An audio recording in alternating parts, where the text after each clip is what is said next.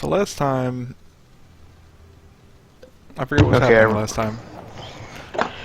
I rammed that pizza down my throat really quickly so that I would be able to wash my hands and participate in this wonderful stream. Yeah, I'd recommend it. Let's see, did we institute the Hawaii capture plan last time? We did. Okay. Yep, you were going into Hawaii, I believe. Yeah. Because you had just taken America. Is this still when you were playing as Xeon? Yeah. Yeah. He's Space Imperial Japan. Space Imperial Japan, Space Nazis, basically the same thing. Close enough.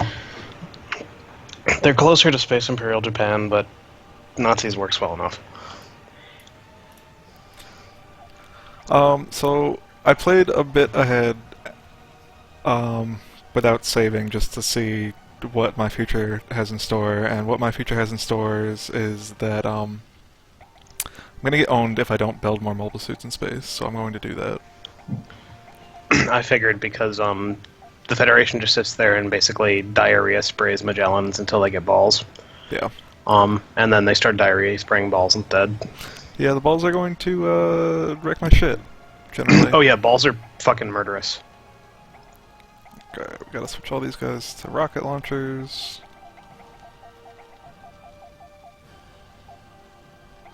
And we're going to put somebody special in the GOG.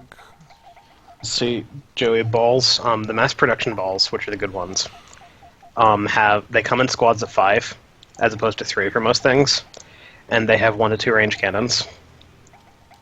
And, they cost basically nothing. So you can field like 2 or 3 squads of balls for every single mobile suit squadron Xeon has, and since they have 5 units and they can shoot at range 2, a lot of mobile suits can't counterattack, so basically balls are just horrifying. Stop saying balls. Balls. The balls are powerful, and you must respect them.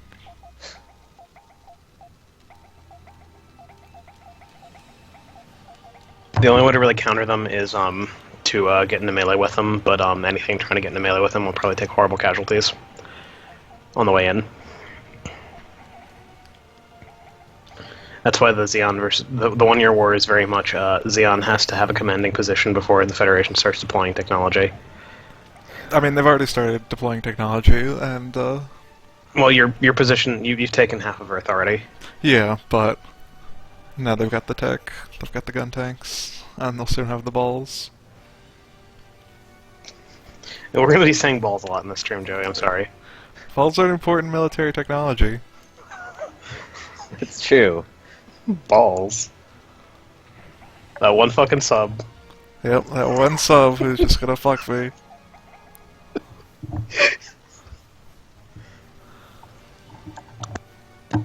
Oh wait, no, there's 2 subs. That's probably why I decided to just go for the cap instead of trying to shoot it down.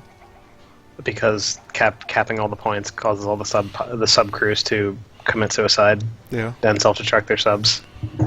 Well, Just like how if you're fighting a Gundam and you cap all the bases, the Gundam pilot just decides that the war is pointless and blows himself up. Code ATA. Can't win without a supplies. Unless you're in the Gundam, in which case you could probably just keep melee attacking people until you I mean, win. I'm pretty sure that the Gundam could... A fully operational Gundam could probably walk through one of your entire fleets of Dodais and win. Yeah, probably. It's gonna be really fun when we see the first Gundam. For certain definitions of fun. This time I actually put the chat somewhere where I can read it, so I can read the questions. That's, what's your stream again? Nage's essay. Here, I'll link it in the Skype chat. Just so I can also assist you in responding to the chat. Because I'm the secondary info source here. You know, the Federation gets the Gundam. Also, see that they have 31 people here? That's not really that much of a threat. Because all their... Like, these guys over here... Wait. Oh, wow, shit, they actually airdrop people down to fight me. They get the Gundam whenever the hell they feel like it, honestly. It's usually, like, 20 turns in, maybe a little earlier than that. The AI in this game, whoever you're playing against, doesn't follow. They don't follow the same rules as you do, so they don't like have money per se, and they don't follow a research tree. They just kind of have like a general idea of when they're supposed to get stuff. The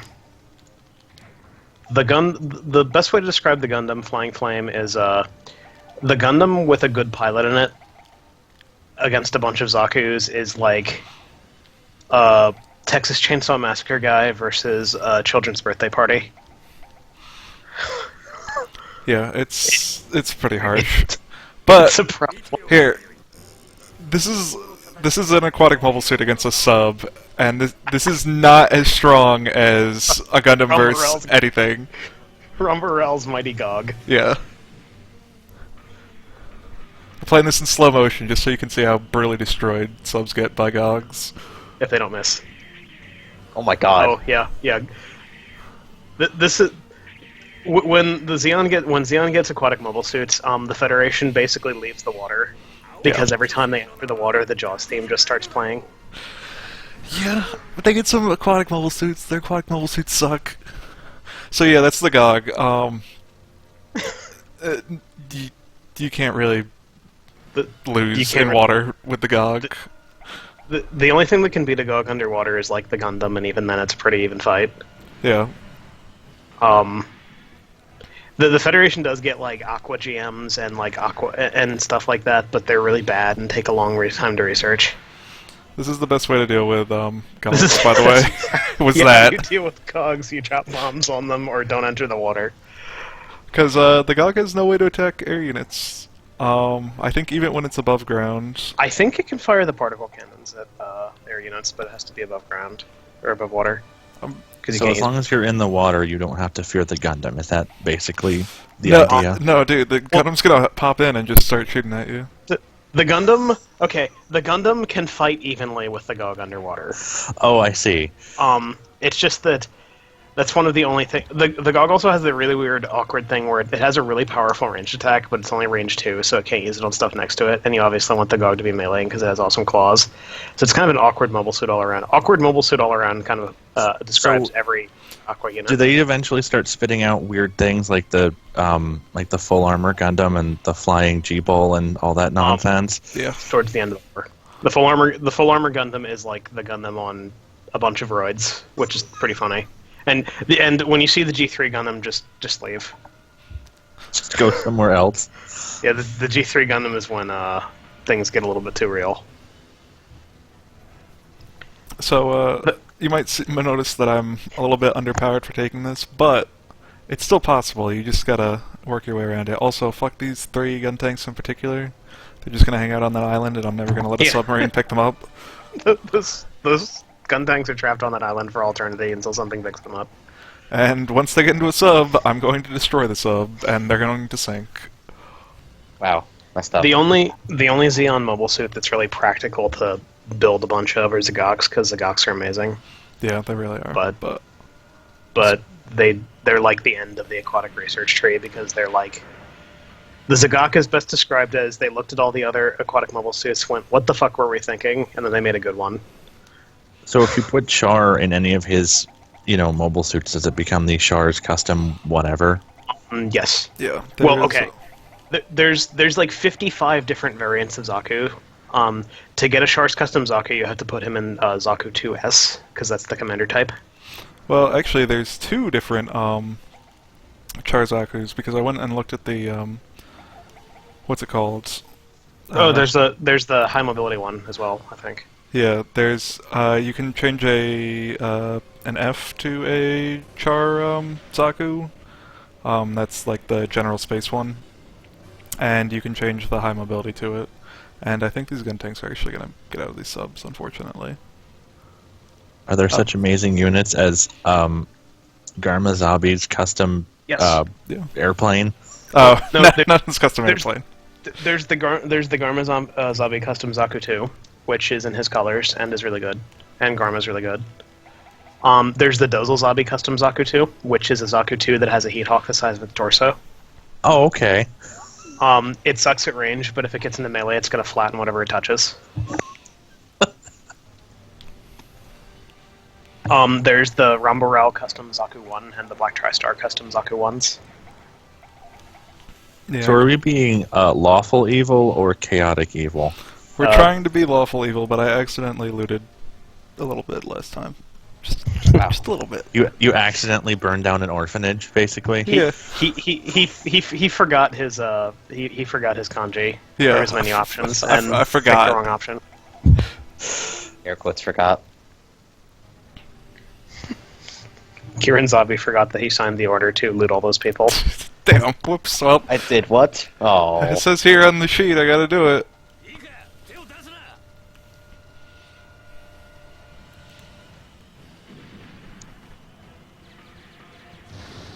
So you can, I presume, you can avoid having the Black Tri-Stars get murdered by Amuro.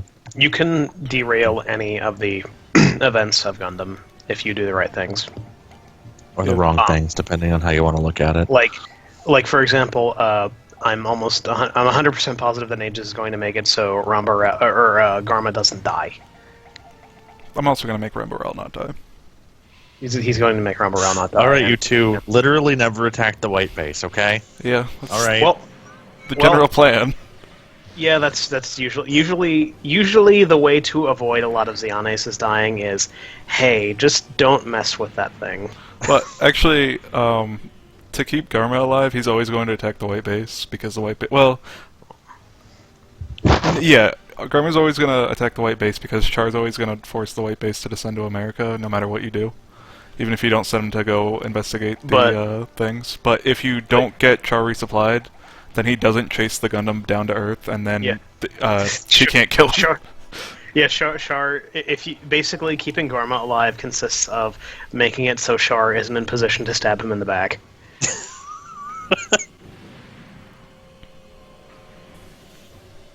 Gihren really cares about his little brother.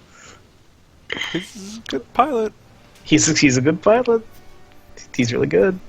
So do you basically sit like Makabe somewhere and just, you know, here, look at some pottery, go away. Makuve is actually decent, but he's tied to some annoying events. Like there's an event which he'll fire the nuke at Odessa, and that'll hit your own forces if they're there too, which is great. Yeah, and it's a scripted attack. So if you don't leave forces there, then they're just gonna take over Odessa, and you're gonna get owned. So, and the funny thing is, you get the option to scold Makuve or not for launching the nuke, and you don't gain good guide points for scolding Maku for launching a nuke and violating the Antarctic Treaty. Well, no. What you don't get good guy points. You actually get more bad guy points than if you do scold him, and you lose him as a pilot if you scold him. So, yes. So the good guy points are sometimes a little bit inconsistent because, oops, Makuve violated a treaty, the Antarctic Treaty, and launched a nuke and hit our own forces. You get bad guy points for saying, "Hey, Maku, fuck you." Yeah, another good one is when we get the solar ray. If you use it to shoot Degwin, you get minus 300 good guy points. But if you wait until after they negotiate peace and then shoot, you will not get any bad guy points at all. Okay. Because, you know, it's alright. And you killed 20% more of their forces. There's basically no reason to shoot it unless you want to, like, piss off your sister and have her shoot you in the dick. See, Ryan, you're playing as Gihren Zabi when you're playing as this. So, letting events go in a way where Zeon would theoretically win, but Gihren gets killed or deposed, means that you lose. Ah, I see. So, like, you can get Gihren assassinated and you'll lose, even if Zeon would theoretically win. It's that way for all the factions. Like if you play as AUG, you're playing as Blex. So if you let Blex go to that conference where he got assassinated in Zeta, you lose. And that really sucks because that conference, if you Don't go to it, then Xeon just gets a bunch of, or not Xeon, the Titans get a bunch of land for free. Because they go to Congress, and Congress says, yeah, okay, you can have Odessa. But these are the crosses that the anti-Earth Union group must bear.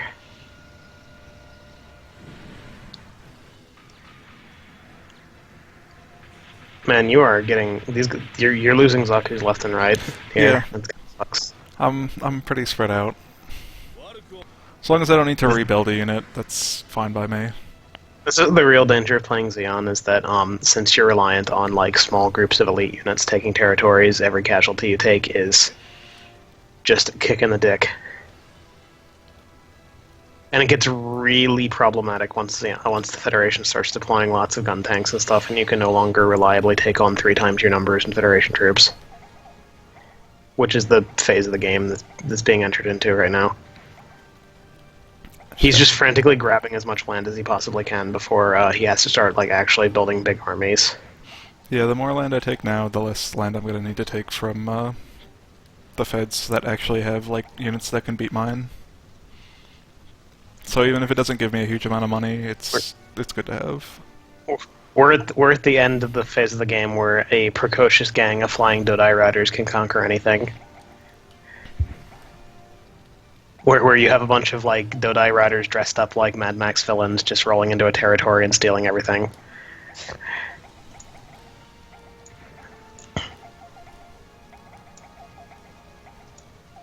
Why can I not get this guy off his thing?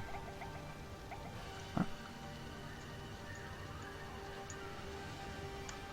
What is So to this? go back for a second, since you lose if you die, is it basically possible where you can like have painted yourself into a corner and get completely screwed?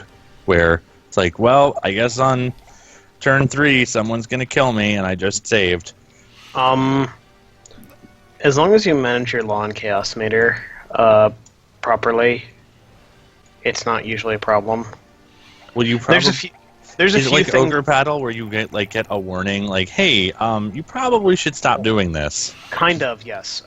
When you get to max chaos, what will happen is your territories will start going into revolt, and you'll start suffering. You'll basically lose income, and if your territories are in revolt for too long, somebody will straight up assassinate you. Because you're a bad ruler. Well, more like a ruler who has absolutely no care for morals or human life.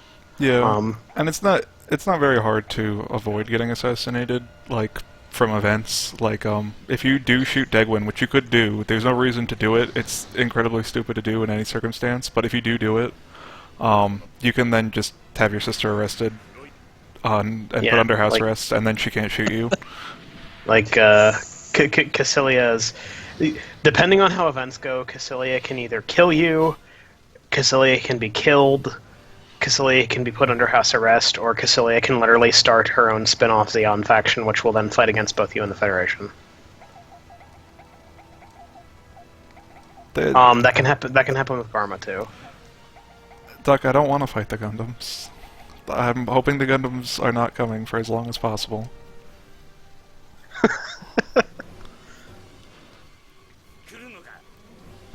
Char is a terrible person. Char is a terrible person, and that's why he's a really compelling character, because Char is like this gigantic sociopathic bundle of mental problems. And a huge hypocrite. Which makes him interesting.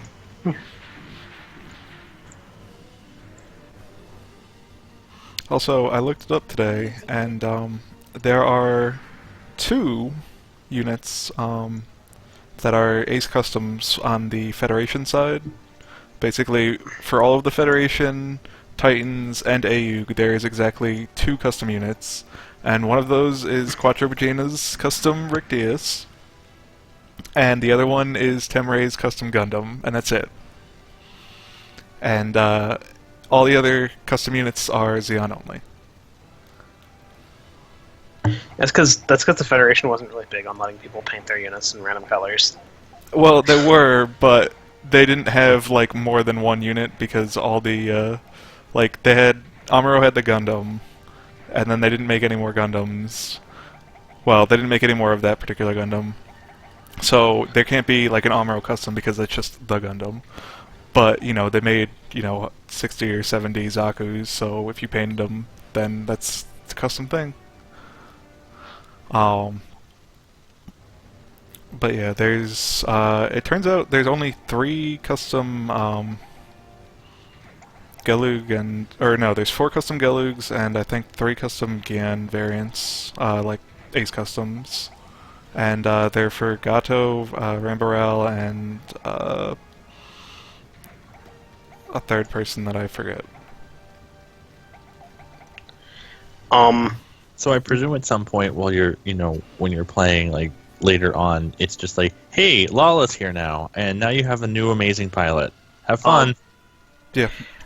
Lala is tied to you developing the Flanagan Institute, which is figuring out what new types are exactly. The Flanagan Institute actually gives you bad guy points because they don't do ethical things, but you are a huge moron if you don't develop it because new types in this game are golden gods. Yeah, we're getting as many new types as we can. Those you see the bajillion balls? Yeah, Yeah. those are a problem. Yeah. See, they might be balls, and you're like, oh, well, they're just balls, whatever. No, they'll fucking kill you. They will end your life. Deadly balls. Because I was saying this before you joined the call, Ryan, but most units in this game only have an attack range of 1, and then they go into melee. Balls have an attack range of 1 to 2, which means they can shoot you from range 2.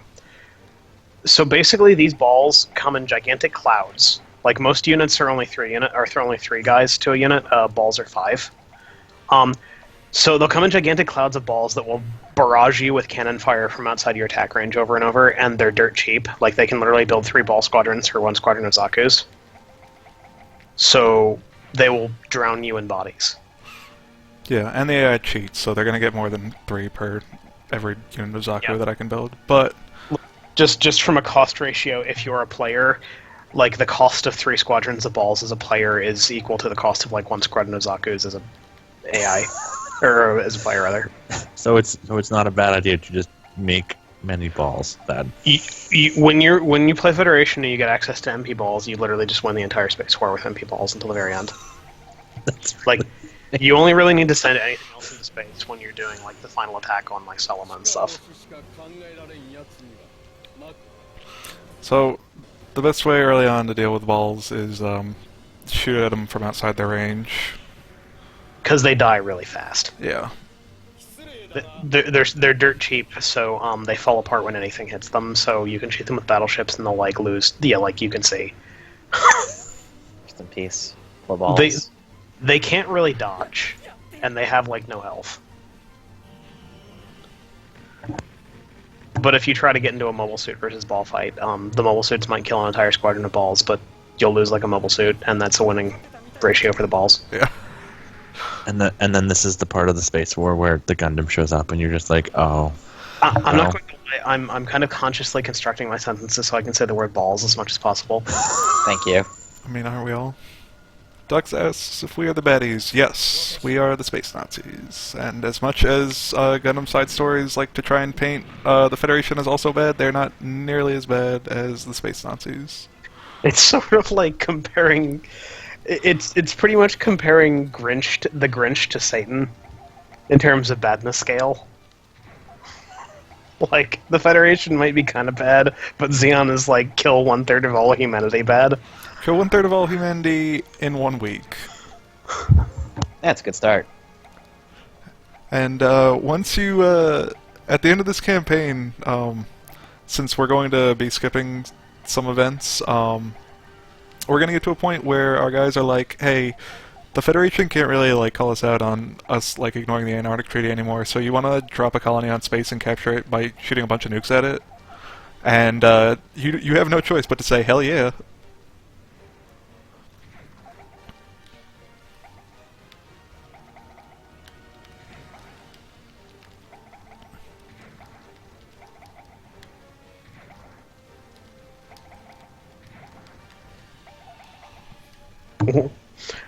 when asked what he thought of 1/3 of humanity dying in the first few weeks of the 1 Year War, Gihren Zabi responded, "A good start."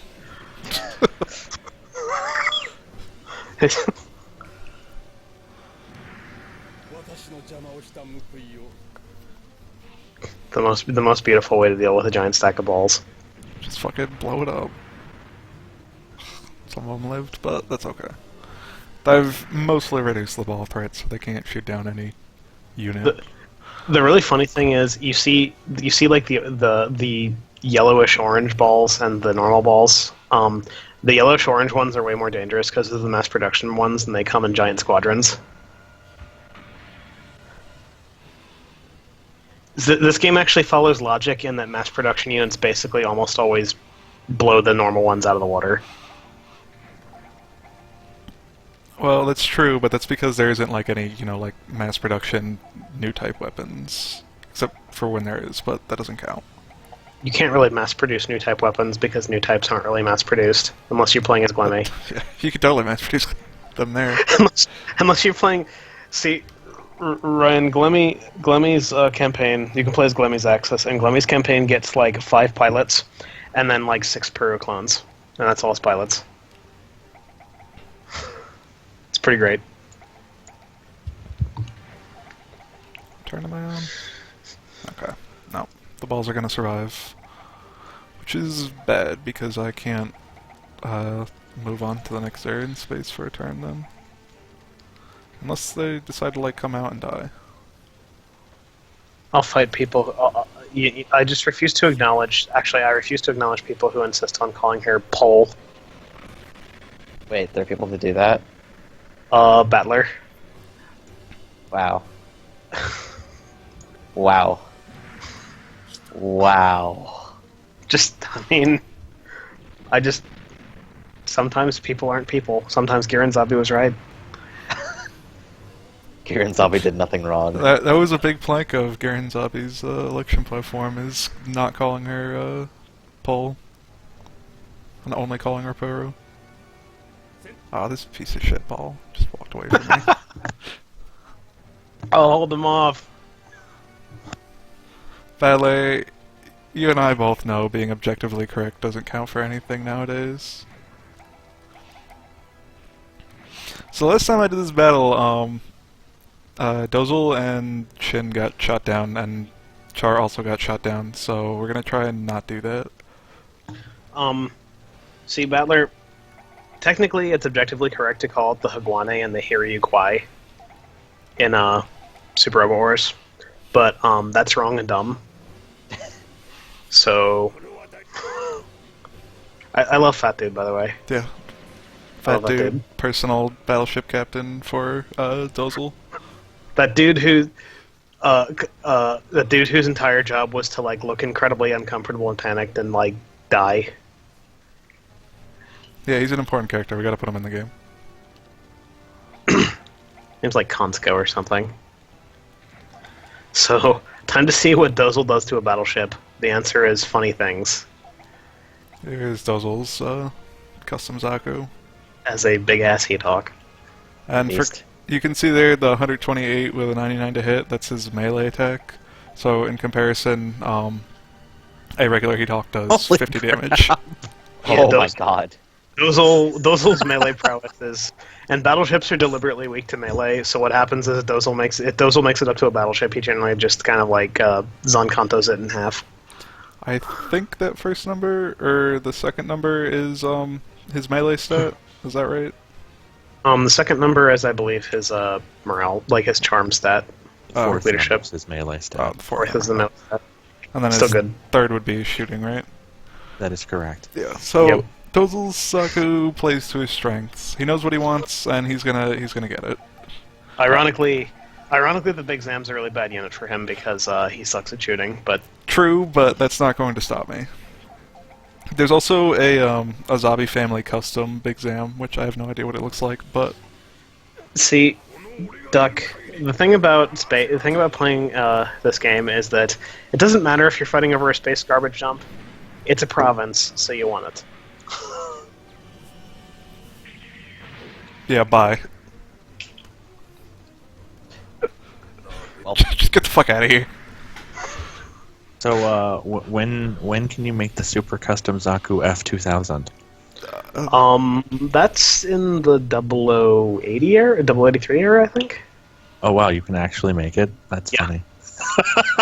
I was just joking. This game has like 580 units or something. Yeah. This game has basically like every dumb MSV that has ever existed in the game, ever existed in a side story up to like Hathaway's Flash. So how exactly is it done by eras? So like once you get to the end of the 0079 era, your game's over, quote unquote? Well, no. Actually, it's really sweet because you can play as the Federation or Xeon all the way from now until the end of the Shar's counterattack. Oh, well, all right then. The way it works, technologically, the way it works is you invest money into research, and your research levels up. And depending on what level of research you have access to different mobile suits. So, like, if you could somehow draw out the 1 year war long enough to get to like research level like 15 or something, you can start building Zeta era suits in the 1 year war. Yeah, and if you want to get Bernie, that's what you have to do, because you gotta wait until turn 90 to get Bernie. You can usually win the campaign by like turn 50 something. Yeah. But the way it works is for the Federation, you beat the 1 year war, and then the 0083 events happen, and basically Delaz fleet gets a bunch of territory, so then you fight the Delaz fleet. Then, after you beat the Delaz fleet, the Zeta events happen, so the Titans and the AUG get a bunch of territories, and then later on Axis gets some. And then once you beat all of them, Charge Neo Xeon shows up and gets territories, and you fight them and beat them, and that's the end of the game. So we got the goof. You can either give the goof. Well, actually, you need to develop a separate goof to get the one with the whip. But this is the better version. It's really sad because the goof without the signature Heat Hawk and finger machine guns is actually the good goof, and the Heat Hawk and the Heat Rod and finger machine gun goof is the bad one. Unfortunately, the goof type A, I believe this one's called, is basically just a Zaku plus.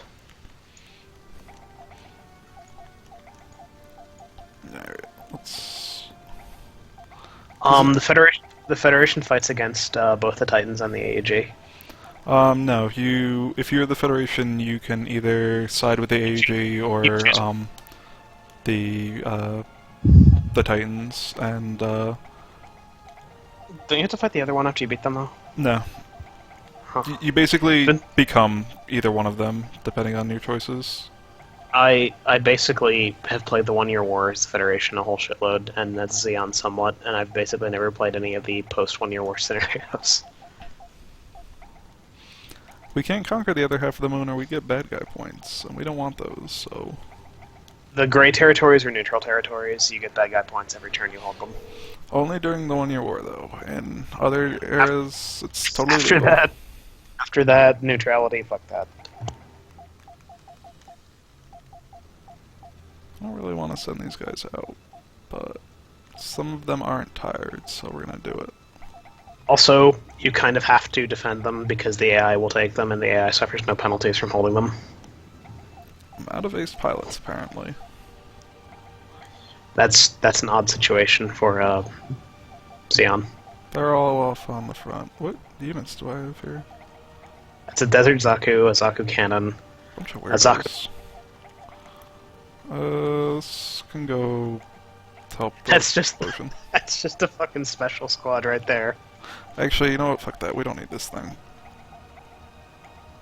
Zaku Marine type, also known as we're trying to figure out how underwater mobile suits work, so let's build a pile of crap.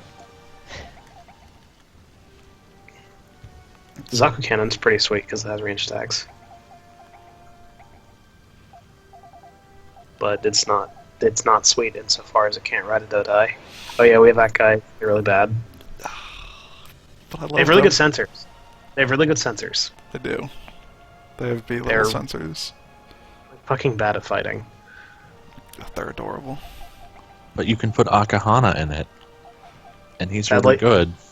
There is no Akahana custom that guy. No, Oh, We wait. he can has a build wetsuit and everything. Zaku tanks, which are amazingly terrible but cost basically nothing. Yeah, we're not gonna build any of them. Fuck it, Dude, let's build some fucking goofs. Goof A-types are basically the replacement Zaku's at this point. Goof A-types elevate our chance against a potential Gundam from, like, hopelessly terrible to it will really fucking hurt, but we can probably win. You can see the Federation is just shitting out everything it can in all of its production facilities. Not Africa, though, luckily. Good guy, bad guy points are used for more than that, Duck. There's a lot of events that only fire if you're at a certain threshold of good guy or bad guy points.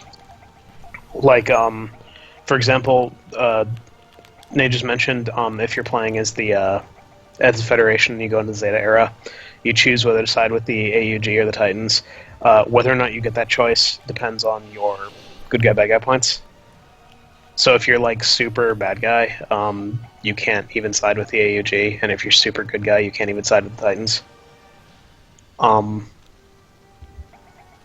So, and also there's a bunch of like pilots will join you at certain good guy, bad guy thresholds. Like, if you're playing as Hamon's Axis in the Zeta era, if you have maximum possible good guy points at past a certain point, Judo will join you. Yep. Which is pretty sweet. Alright, I'm going to do an advanced strategy here, and that is I'm going to attack somebody because I know that they probably don't have enough forces to threaten me there. Even though I'm sending in this Saku that's only got a camera. And I'm just going to make sure that they don't go anywhere else while I wait for, like, actual forces to be able to show up. And similarly, if you're playing as Hamon's Axis, after you beat the Titans, when you're fighting against Char's Neo Zeon, a bunch of Titans rejects will join you, like Gihren and friends. Oh, he's not a reject. That is not nice. Jared is the very definition of a reject. Please don't Wow, be mean please to my respect good friend Jared. Jared's entire role in the story is for people to be mean to him. Oh, I see Johnny Ridden still hasn't managed to take his Indian Ocean yet. Johnny Ridden's actually going to go help somebody else. I've got the list of all the new types in the game here, and I'm looking through it to see if Jared's on it. Because if it isn't, that's fucked up. See who's on it. Jared. I don't see him. He's not a new type at all. He was a new type by the end of the war. No. He was starting to become a new type by the end of the war.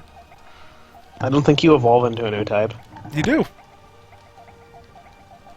It's like Pokemon. That- He leveled up enough. That's like the whole point of new types, is you eventually become one if you kill enough people in space. Maybe do other things also. Did I research this turn? I did. Okay. No, that's not how that whole new type theory works. This is basically how it works. When talking about new type evolution, it means humanity as a whole will eventually become new types. Not if you kill enough people in space, you eventually become a new type. Dude, No, Jared I'm pretty has sure a, it's like Pokemon. Jared has a new type flash in the final episode of Zeta. I'm sure of this. If Jared's a new type, he's like a new type on the same level as Bright, where Bright had that one new type vision in the Gundam movies. Hey, The entire bridge of the White Base. Bright also had the new type vision when he went before the military council to see if like he was a war criminal or whatever, and then they all called him an idiot or something, and then Judah, Amuro, and Camille's ghosts came to him and said, "Hey, you're pretty cool." Please do not fucking reference the man who could not ride the rainbow. But why? It's the greatest name for anything ever. No, the man who could not ride the rainbow. Yes, for those of you who aren't familiar, there is literally a fucking little mini novel thing written by the author of Unicorn called Captain Bright Noah, the man who could not ride the rainbow. Why couldn't he ride the rainbow? Yeah, what Because Alright, because did you just see that bullshit? I killed the sub, it was 2 tiles away from the coast, and then the gun tanks just magically popped up on the coast. Abandoned ship. They had ejector seats that just kind of like shot the gun tanks up through the missile tubes. They better have. Oh yeah, that's right. I forgot. I sent I reinforcements. forgot I sent in a shitload of reinforcements to this hopeless battle. It's not hopeless. Well, it's not hopeless now. It was hopeless. It was. There's a moderate amount of hope. The GOG was not going to kill 1,000,000 gun tanks. I've got other units.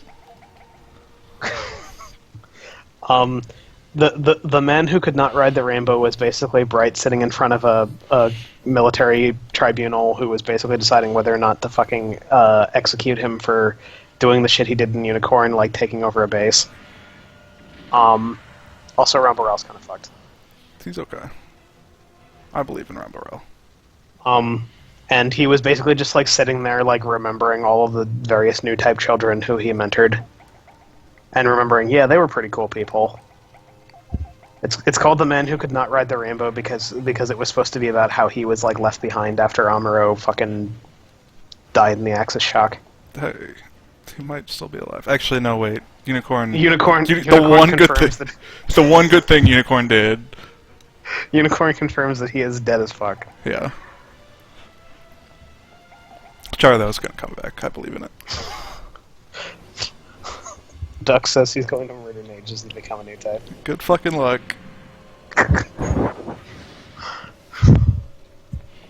I don't think being a new type is like being a Highlander. No, it isn't, because you don't need to kill other new types to become a new type. You just, eventually, if you spend enough time in space and enough tragedies happen to you, you will become a new type.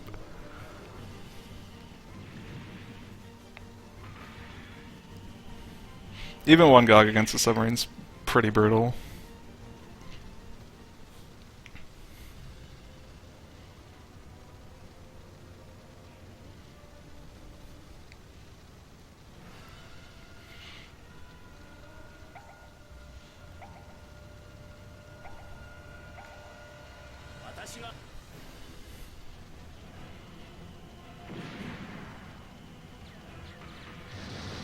I kind of fucked up my plan here, because the GOG was supposed to run around and capture that base so that I could get resupplied over here, but we'll figure it out.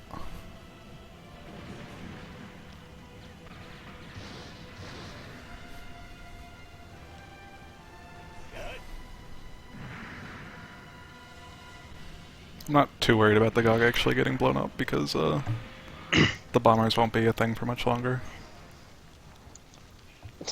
As the roving gangs of Mad Max Dodai Riders sweep in and start swinging their giant Zaku-sized chains over their heads. Actually, I could probably take land on this island and then... Oh yeah, that's right, I don't have any bullets left. Also, those gun tanks might fuck you up if you get too close. Is that a real gun tank or a MP? Is it an MP gun tank or a fake one? Pretty sure it's an MP gun tank, so yes, it will fuck me up. But this is for those of you in the audience. This is a weird universe where prototypes aren't better than normal units. So, like a normal gun tank is less dangerous than MPs. That's our current universe, but yeah. Well, this is an anime game, so that's weird. If my guys actually had like bullets to shoot at the gun tank with, I would have gone for it, because even if I lose a couple gun tanks, if I can get like a foot in on that island, I'd be set. But they're completely out of bullets because I gave them bazookas. Yeah, bazookas have problems in that regard. Yeah, take that, tanks. Eat shit, tank.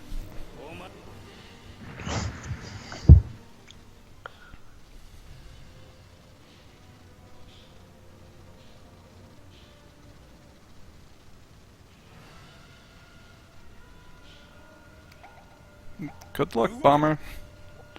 Why is this lone bomber trying to do air-to-air combat against a giant pile of Zakus on Dodais? He's a very brave man. Not particularly a wise one, but a brave man.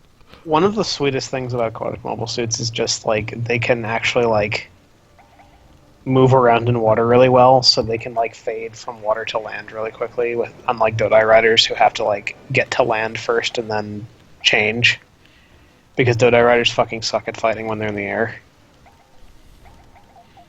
Well, They're basically only good at beating up on things that can't fight back effectively. Yeah, like these bombers. Like these bombers. Whereas the GOG is... Man, if only you could shoot down that sub and not have everything in that sub pop out and on the island 2 tiles away. Yeah, I'm gonna try and see if I put the GOG nearby, if it'll scare the Maybe sub get into off. running away. What? And then, I was thinking maybe you could block the land tiles next to it off so it couldn't drop stuff off. Well, the sub can move wherever the fuck it wants, but yeah, that's probably a good idea. This is definitely not a land tile. This is probably one. And sure, just shoot at it. Probably won't kill it. Actually, it's better if I don't kill it, but...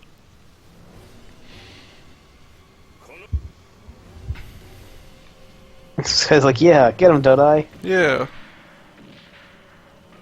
You tried. They dinged up. Yeah, I agree with you, guy who I don't know. Yeah, nobody cares about what these guys are saying. I don't... I'm somebody who, like, watches and reads a lot of Gundam shit, and I don't know who, like, 2/3 of the characters in this game are. Okay, Because they're basically like the draggings and scrapings of, like, every dumb manga and MSV thing. I should have actually watched that battle card to see what kind of Gundam, or gun tank that is, but I'm sure it'll work out fine. I'm sure it'll work out fine.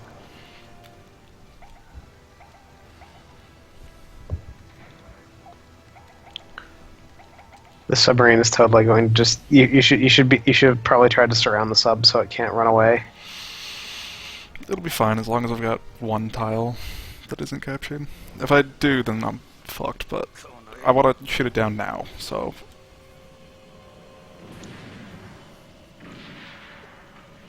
Eh. We're close. I don't I think got it can get that at least. to anywhere significant.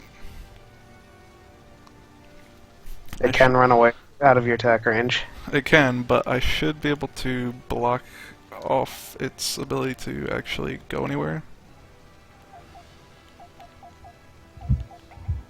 No, I want to scan it, because if I scanned it last turn, I probably would have killed it. Oh, I can attack it.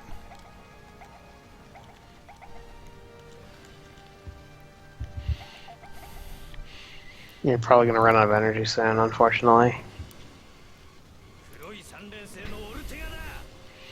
Yeah, but as long as I kill it this turn, I should be okay.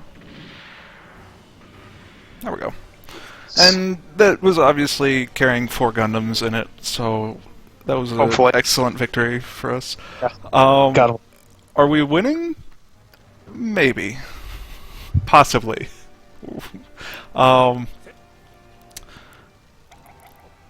If you haven't been watching, you missed the part where I stomp all over the Federation and take a bunch of their shit, and kind of got quagmired with some stuff that happened to me. We're changing theaters of war a whole lot just because, like, when the attack phase of each turn takes place, you fight a battle in every province that is being fought over. Yeah. So this is just like all of the those are MP gun tanks. Yeah. Rip. War These bucks. guys. Whoa. Those are mass production gun tanks in action. They are, we call them the Federation Victory Wagon for a reason, because when you play as the Federation, once you get those, you just start building those and never stop until you win the entire world, or Earth. I've got a plan. Because is your plan to die gloriously for Xeon? Perhaps, but hopefully the gun tanks will decide that that incredibly weak Zaku is the real target, and my actual unit can get in. And then I'm going to rely on Johnny Redden being a good enough pilot to possibly blow up some gun tanks. Oh, nice dodges, except now. See, Joey, the MP gun tanks have a range of 2 to 3 on their shoulder cannons. This is a bad thing for Xeon.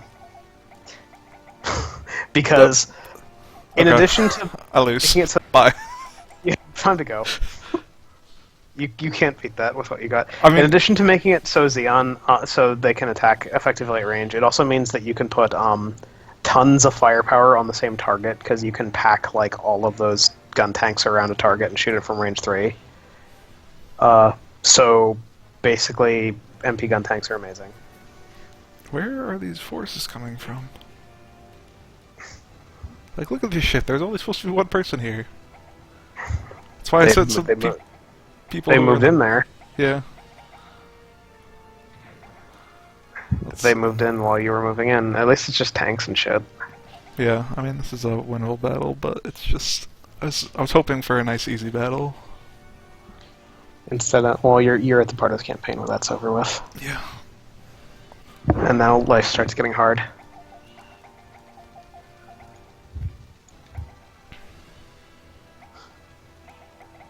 Alright, let's see if I can't bait them out into sending their core fighters near my guys so I can just shoot at them from the ground. Oh, they can reach me.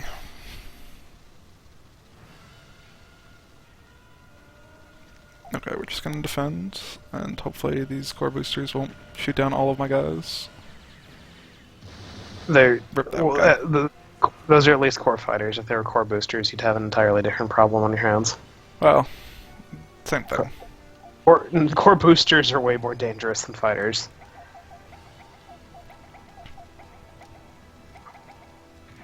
Because core boosters are basically ace units.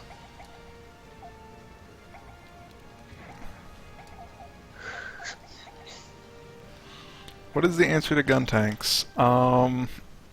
Well, I mean, if you get close and you chop up a gun tank, you're gonna kill it. It's just, if... It goes from being like this where, like, I have the ability to just shoot these guys down and it's like, yeah, whatever, to, like, the enemy can actually shoot back at me when the gun tanks show up. Basically, Nagus has been winning most of his battles on the back of having... He'll bring, like, 5 dudes to a territory and just be able to win because he has his 5 dudes are worth, like, each worth 3 of the enemy's dudes. Yeah. This battle is basically what I've been fighting before, but now you see the difference between these guys and gun tanks. Yeah, now the enemy can actually field units that are actually on par with what Nagus has, so Nagus actually has to start fielding even numbers at least to reliably beat Federation forces, which is where Xeon starts to struggle. That's why early on you had to take real advantage of your technology lead. If you don't own 90% of space and 60% of Earth by this point, you basically automatically lose a Xeon. And it'll only get worse once the Federation starts deploying GMs and stuff. Because the MP gun tanks, they're incredibly powerful, but the AI is not that great at using them, so you can kind of just run into melee and chop them to bits. GMs are just good at everything. So the AI will gleefully spam them at you. Yeah, and eventually they'll get the GMs with the cannons, and those are how you win any fight at all, is the AUG. And the Titans as well, because they're just way better. They're gun tanks, but can function in space. And can fight in melee. Yeah.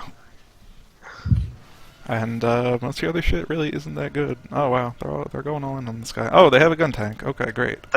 I think that might be a real, like a non-mass-produced gun tank. So at least it's only one. I think. I've got a plan, and the plan is to chop through these tanks so that I can get to the gun tank next turn. You could see the giant chunk that gun tank support fire just took off his health. Yeah.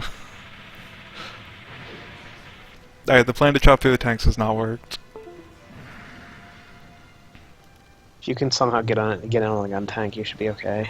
But if you can't, that'll be a problem. But we're in shitty mountain town. Oh, you can get in on it, good. Okay. The guy with just one unit is not going to be doing anything. Gun tanks can't fight in melee, so if you can get up on them... Also, their range 1 attack really sucks, so if you can get up on them, they die. That's their weakness.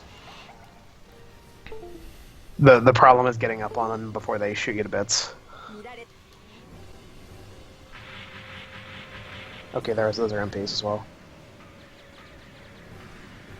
Much weaker.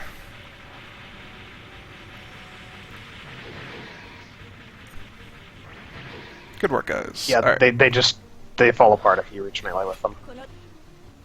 Now, if you're a player, you know how to protect your dudes so they don't get meleeed, so you deploy like shitty one unit screens of tanks and stuff so they can't get into melee with your gun tanks and just laugh and shoot them to death. But yeah, the Fed campaign is the exact opposite of this campaign, where instead of rushing, you just desperately try and survive until the gun tank arrives. Like, Gundam's really good, and you can basically like win most battles just with the Gundam, but the gun tanks The are Gundam, the Gundam's too Gundam's- expensive to do that. Actually, you can't really field more than a couple Gundams because they're so expensive. Whereas the gun tanks, the mass production gun tanks, they're not the best. Wow, that Zaku survived with 1 hit point. nice.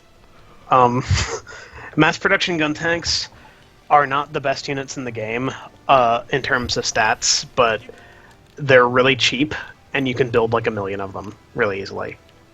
And they have range 2 to 3, and they do tons of damage, as you've seen. Okay, this asshole sent gun tanks at me, but in the mountain. So good luck, buddy. I'll see you in 30 turns when you get to me. You have some really shit units here too. This is the Misfit squad, if I recall correctly. Yeah, this is just I needed somebody to take Northern India, so Okay, we've got the leftover Black Tri-Star Zaku. The no, probably the Zaku. oh no, that's not a leftover Black Tri-Star Zaku. That's just a Zaku one. Oof. The Zaku one is so badly out of date at this point that it's basically a joke. It was out of date before the war started, but we had some, so we're using them. It was like on par with a tank. It was like a tank that could melee. It can still shoot down jets fine though. Yeah. And also, it can stand in front of the Zaku 2s so they don't take damage. It can be literal human shields and ablative armor for the Zaku 2s. Why are my guys so slow here?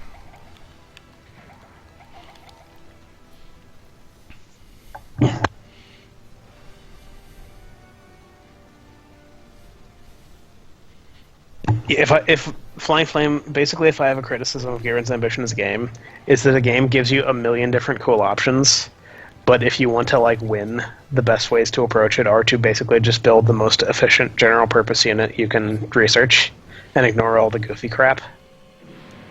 So Yeah. like if you're playing a Xeon, if you just want to win, you basically go Zaku's to Goofs to Doms to Gelgoogs. And that's basically your entire tech process, and like you ignore all the mobile armors and crap. But that's no fun. Yeah, we'll be What about the getting... big Zam? Oh, don't worry, we'll be getting the big Zam. Okay, good. It's very important to me. The unfortunate thing, to get the big Zam, you had to research basically every other shitty Xeon mobile armor, so you end up with like researching the Adzam because somebody decided it was a great idea to build a flying onion that shoots electrical nets at people. Yeah, I love that thing. Yeah, that thing, it's a piece of shit, but I love it. It's got spirit. It's trying its best. Alright, there's gonna Or like the brilliant design of the like underwater only Big Row.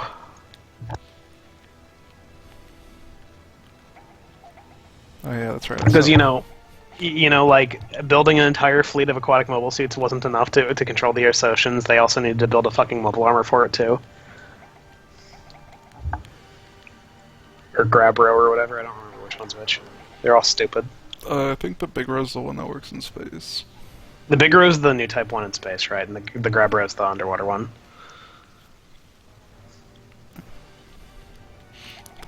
The big row is also the only one you can get without losing the pilot that you throw into the igloo event.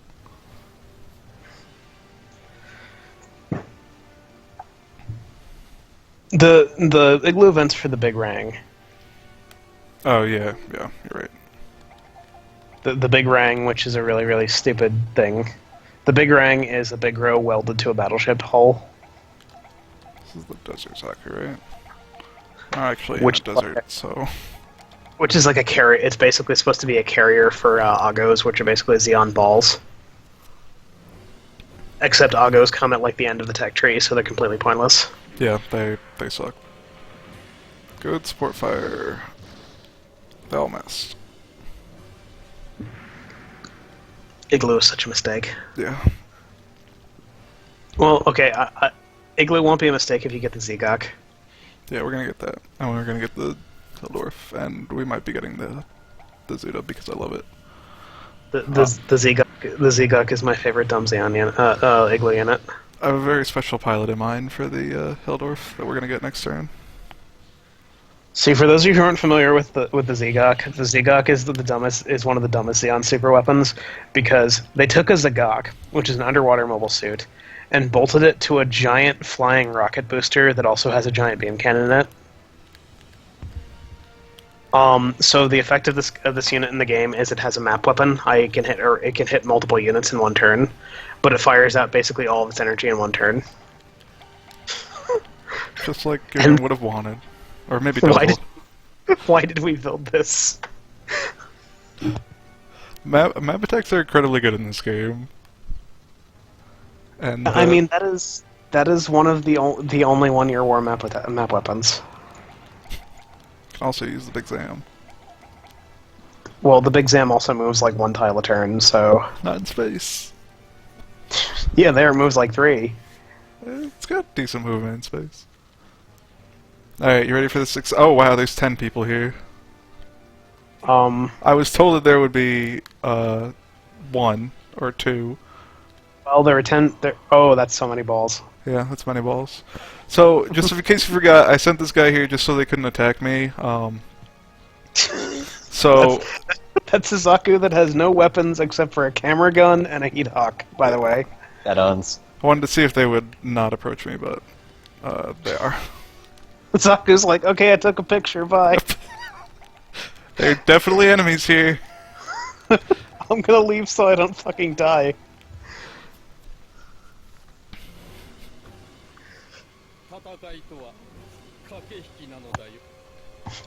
Nijis is gonna have to show his ball handling on stream. I'm pretty proud of it. I'm excited. He's got a lot of practice with his ball handling.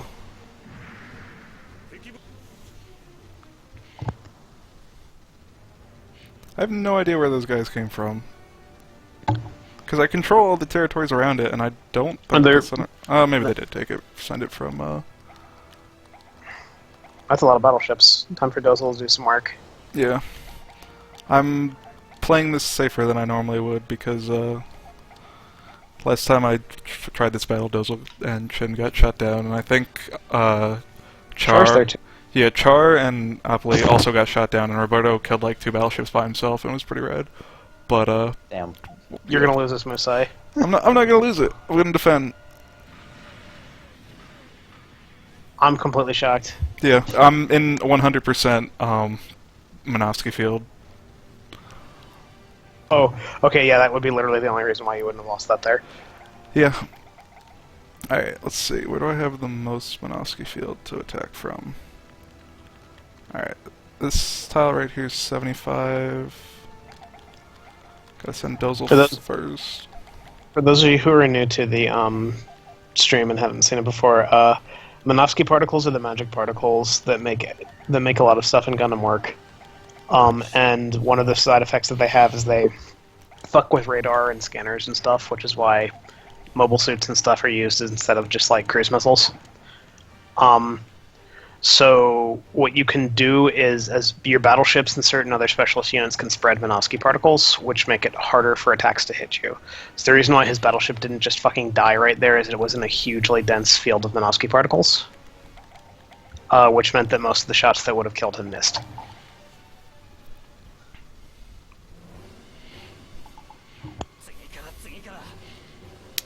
Opley's got opinions about this battleship that they're gonna try and shoot down. Here we go, trying to reenact the Battle of Loom, where Char goes and runs around and kills 5 battleships. Good Disappointing attempts. performance. Man, that was just a Salamis too. That wasn't even a Magellan. Yeah. A Salami. Get him, Dozel. Womp. Bye. Hit points. Oh, Hokuto wants him. Okay. Let me do that.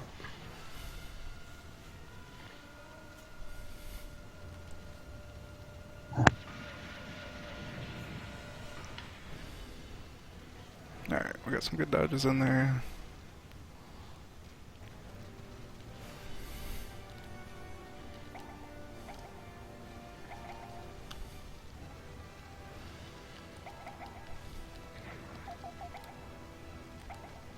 Scan. Where's the button? There's the button. Shut out Mormanovsky.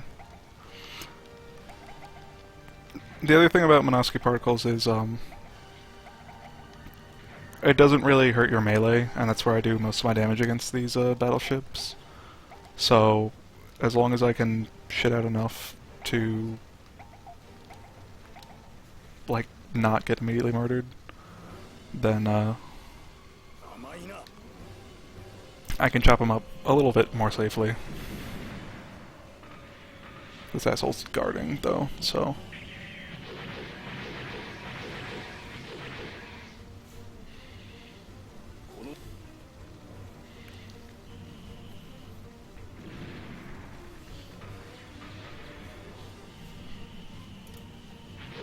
do I still have this call? What's up? No. I thought I lost the call because nobody was talking. I was muted because I was drinking something. What? Alright, we managed to shoot one down.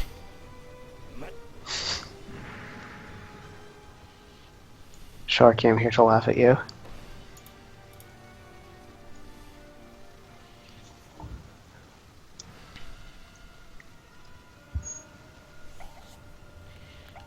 Just gonna defend.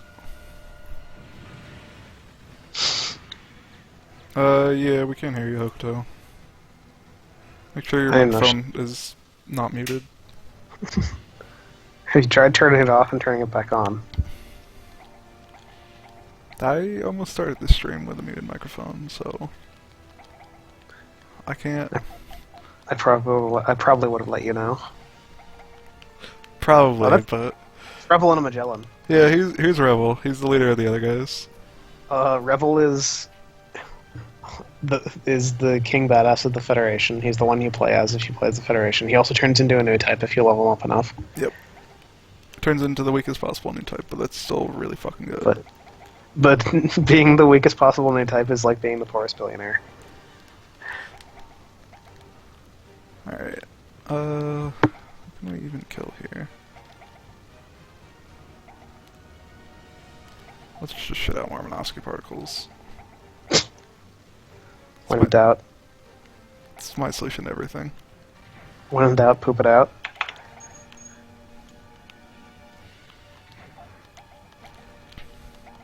Let's hope this guy can kill that ship before it gets away.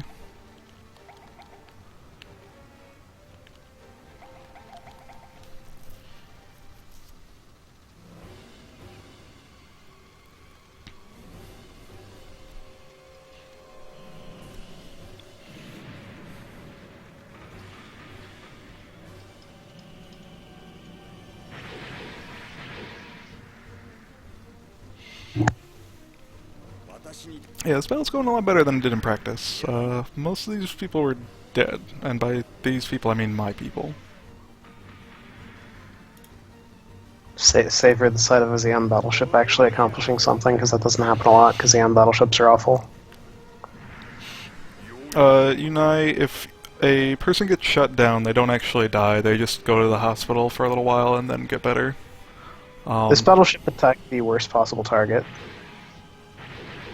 No, that's my attack. No, he could choose to counterattack. Oh, yeah. Well, no, he couldn't counterattack at range. You can only, if you are being attacked at range 1, you must counterattack somebody there, or Hitting defend. with both. I thought you were hitting him with both Zaku squadrons. No, I had one Zaku squadron go after one, and then I had the fat guy go after The fat guy? I don't know his name. Wow. I think you should maybe learn it instead. Well, I can't read. think his name's like Konskan or something. Yeah, I'm sure. Oh. Hello. Hi. Yeah. Oh, there you go. Oh, okay. You can. Yeah, Konskan. There you go. So the third time I unplugged my mic and plugged it back in, it worked. You just gotta keep trying until it works. I remember Konskan from Mobile Suit Gundam because his entire role was to panic and look incredibly uncomfortable when the Gundam killed him. Yeah, I also now I remember him because he's like, alright, just fucking send every single thing we got against the Gundam, and then 'Cause Amuro killed like 15 Rick Doms in a minute or something, Yeah. and then he Yeah. was like, what? And then dies. It was his role to be the guy who sent like 15 Rick Doms at Amuro and to show off that Amuro had reached his final form. Enemy pilots never die unless they die in a plot event. You. Which is why, when he plays the Federation, you have the interesting choice whether or not you want the white base events to continue as normal, because you can end the white base events early, and that gives you the white base and the Gundam and all that stuff. If you choose to let the white base go through the plot, you don't have access to the pilots, but they'll basically slowly Pac-Man their way through Xeon's Ace roster for you. I didn't watch that battle, but Rebel just mulched a bunch of my mobile suits. Nice. That's because the Rebel is a monster. Yeah. Thought it was still Is he a new monster. type, though? Not yet. He needs to be rank S. He's only rank C because the AI hasn't given him enough free cheater experience yet. Oh, we got the Hildoffer. Yeah, we did. Oh, and Zagok. The Zagok that immediately invalidates every other aquatic mobile suit. Good. It's a Gok zone. But are you going to make one? Yeah. Gonna make Okay. one of everything. But are you going to make two? Build- Gonna make some of Building everything. multiple Zagoks actually isn't a waste of money. We can also build this thing. God, I... Flying onion that shoots electrical nets at people. Yo, We're gonna do it. that's my spirit animal. No! Oh god, fine. I've got plenty of money right now, so... Yeah, you have plenty of money from all that accidental looting. It wasn't... No, I didn't get any money from the accidental looting. I got resources from the Yeah, accidental but looting. then you did the trade. Yeah, but I would have done the trade either way. Zagoks are aquatic mobile suits that are actually really fucking good at fighting on land. So as well. this is a space Zaku that's high mobility and you can put pilots in it and it's like okay. This is a giant piece of shit, we're gonna scrap it, I hate it. And this no, I don't wanna load it. This is the Hildorf. You can switch it from tank to mobile tank. The Hildolfer is a fucking shit wrecker. You And you can see down there at the bottom it's got great terrain ranks and everything. It's got a good camera. It's got long range. Well, not long range, but it's got 1 to 2, 168. it's long range in mobile armor form. Yeah, It has and, in mobile armor form, which is amazing. there's a very special man who's gonna pilot it. This man right here.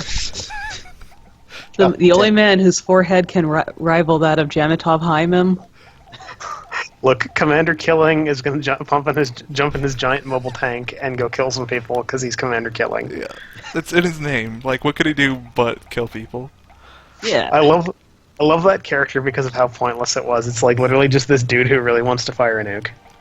Oh, Battler is asking if I join him on G Generation DS. Yeah, sure. Yeah, I'm in. I think 500. That's well spotted. You depending on how much research you put into, how much money you put into your espionage, you have a chance to basically steal enemy plans, which you can then develop. I once had a Federation campaign where I stole the plans to the Zaku J on like turn 4, which was pretty transformative for a Federation campaign. But that almost Altered the history of the universe. That's that basically almost never cheating. happens. Most of the time you'll steal like garbage shit like jets and tanks and shit that nobody cares about. But it is a thing that can happen. Let me tell you, having a Federation campaign where you can build mobile suits like 10 turns early is pretty life-changing. It's cheating. In the simplest word. It is. That's the I whole mean- point of espionage. It's cheating. Zaku J's are nowhere near a match for Federation mobile suits, but you can get them like 10 turns earlier if you get it that way, so... Well, we're doing the 1-year war now, Tack. So lucky you. This is the 1-year war. Yeah. This is the 1-year war, Yeah. amazingly enough. If you were expecting anything else, The unfortunate fact is that the early 1-year war as the Federation, it's not that horrible to play, but to watch it's pretty torturously bad because you have to do a lot of really dumb delaying tactics not to lose. He's just upgrading all of his remaining Zaku 1s to Zakus that aren't a joke. yeah. Okay, Duck. The Federation owns a space rock because that is a mining asteroid that they own that we have not taken from them yet, and because we have not gotten the operation to take it from them, so they own it until we do. To get that operation, you need to take You need to take Hawaii, Beijing, I think Kilimanjaro, possibly Australia. These people in Australia are gonna die. And maybe Belfast. And then you can take Luna 2 and then drop it on Jaburo, which is here, and then capture it. That's their main headquarters. Once we take Wow, that, you're gonna we win. drop it? Yeah. Well, no. We're not. No. We're not gonna drop Luna 2. We're gonna drop. We're gonna drop Side 7. No. Yeah. Oh, Yeah. that would be wrong. It'd be wrong, but it'd be so right.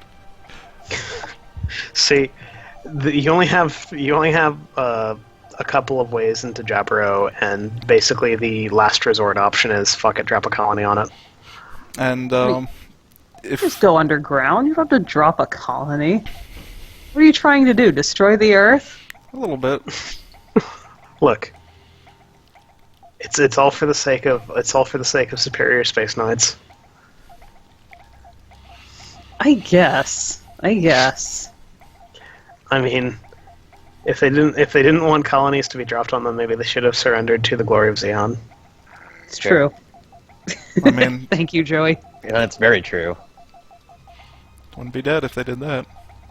I don't always entirely agree with Ninja's love for the bazooka, but Okay, here's my rationale here. If I don't give them bazookas and I leave one unit alive, then that unit can shoot back at me, and that's the worst thing in the world for me right now. And I have so many ships that supplies aren't really a problem. Also, Mukuve's going to lose command of his ship right now because I need him to do something else soon. No. No, don't worry. He's got a job. well, I normally prefer machine guns early on in the war, but at this point, yeah, bazookas are probably a better idea. Machine guns are good because usually you can kill tanks without needing extra firepower. Why, I don't want to send these up to space. Why... Let me check something real quick. If you take the more extreme evil stuff as Xeon, you can eventually get yourself assassinated. Though you can play a, we'll call it moderately evil campaign with no real repercussions. Oh, shit. But generally, it's a good idea to be as lawful as possible, just because you also get bonuses for being high law. Like you get more money. Well, these goofs are stupid, and the bad version of goofs. Wait, what? These goofs are not the Type B, which is the one that I was hoping to get. The Type B is a stupid whippy one. No, the Type B is the modern one, and you can switch in between the whip and the, just like regular arms. You can just upgrade the Type A's to Type B's. Yeah, but I was kind of hoping that they could get on Dodai's now, but not until later. It's okay, they'll still kill everything you send them at. Why? You should. For those in the audience, whenever the Gundam shows up, the only thing that we'll have that we'll be able to make that we'll be able to fight it on fair terms is like the Dom.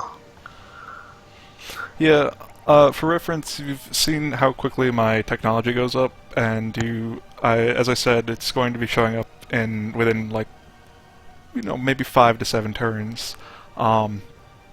DOMs, you need to get to tech level 7 in mobile suit technology before you can start researching them. That's to start researching them, not to start building them. You still need to spend money and time researching them, but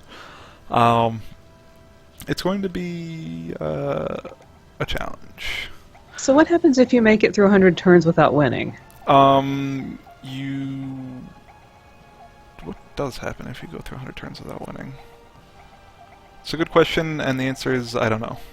Okay. I can't actually recall what happens if you hit the timer without winning, because it's pretty hard.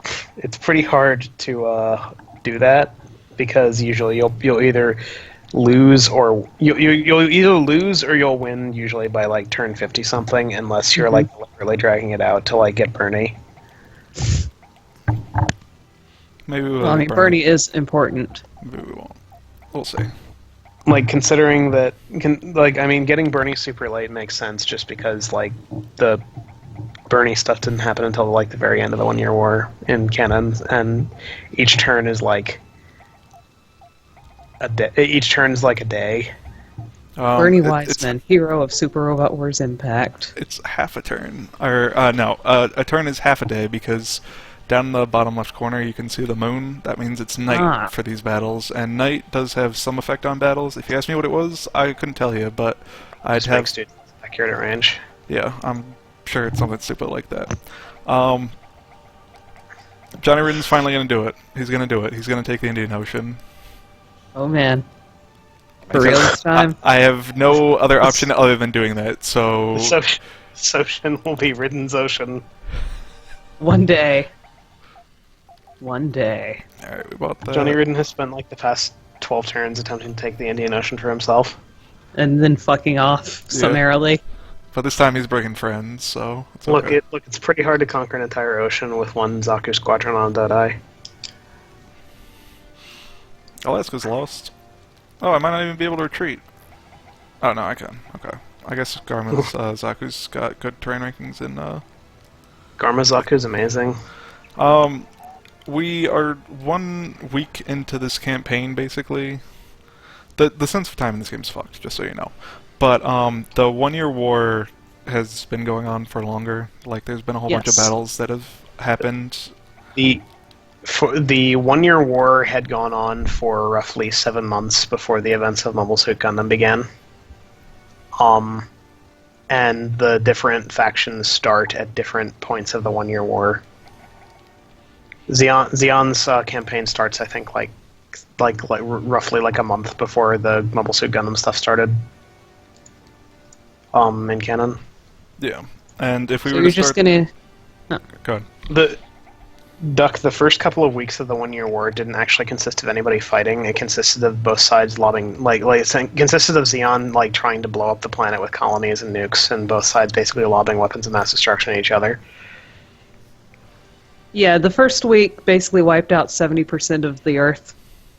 It was pretty bad. And from there, it just dragged on into a stalemate. Okay, he can't actually kill me, and I don't want this force to keep attacking me in North America, so we're just gonna hang out here. Both sides signed a treaty called the Antarctic Treaty, which basically boiled down to if we don't agree to stop using weapons of mass destruction on each other, humanity is going to die. And they were pretty right. Rumbarel on his Gog is like, oh, you better get back here, you little bitch. Oh, why do I have no energy at all? Because Dodai Riders are not energy efficient at all, and they're really bad at fighting enemies who can fight back. Yeah. Generally. Alright, everybody get on the magic road of power. Alright, where do you think these guys are going to end up when I blow up this thing? In New York. It's gonna teleport. No, it was very much an early war thing, Duck. The rationale was basically the whole shock and awe factor that if you drop a colony, you will demoralize the other side so badly that they'll immediately surrender, like nuking Japan. It's very much an analogy for nuking Japan, by the way. A lot of Gundam is. And so one didn't do it, so they did two. Well, nuking. What they were trying to do is they were trying to blow up the Federation's headquarters at Jaburo with the first colony. Yeah. They missed entirely because the Federation tried to stop them.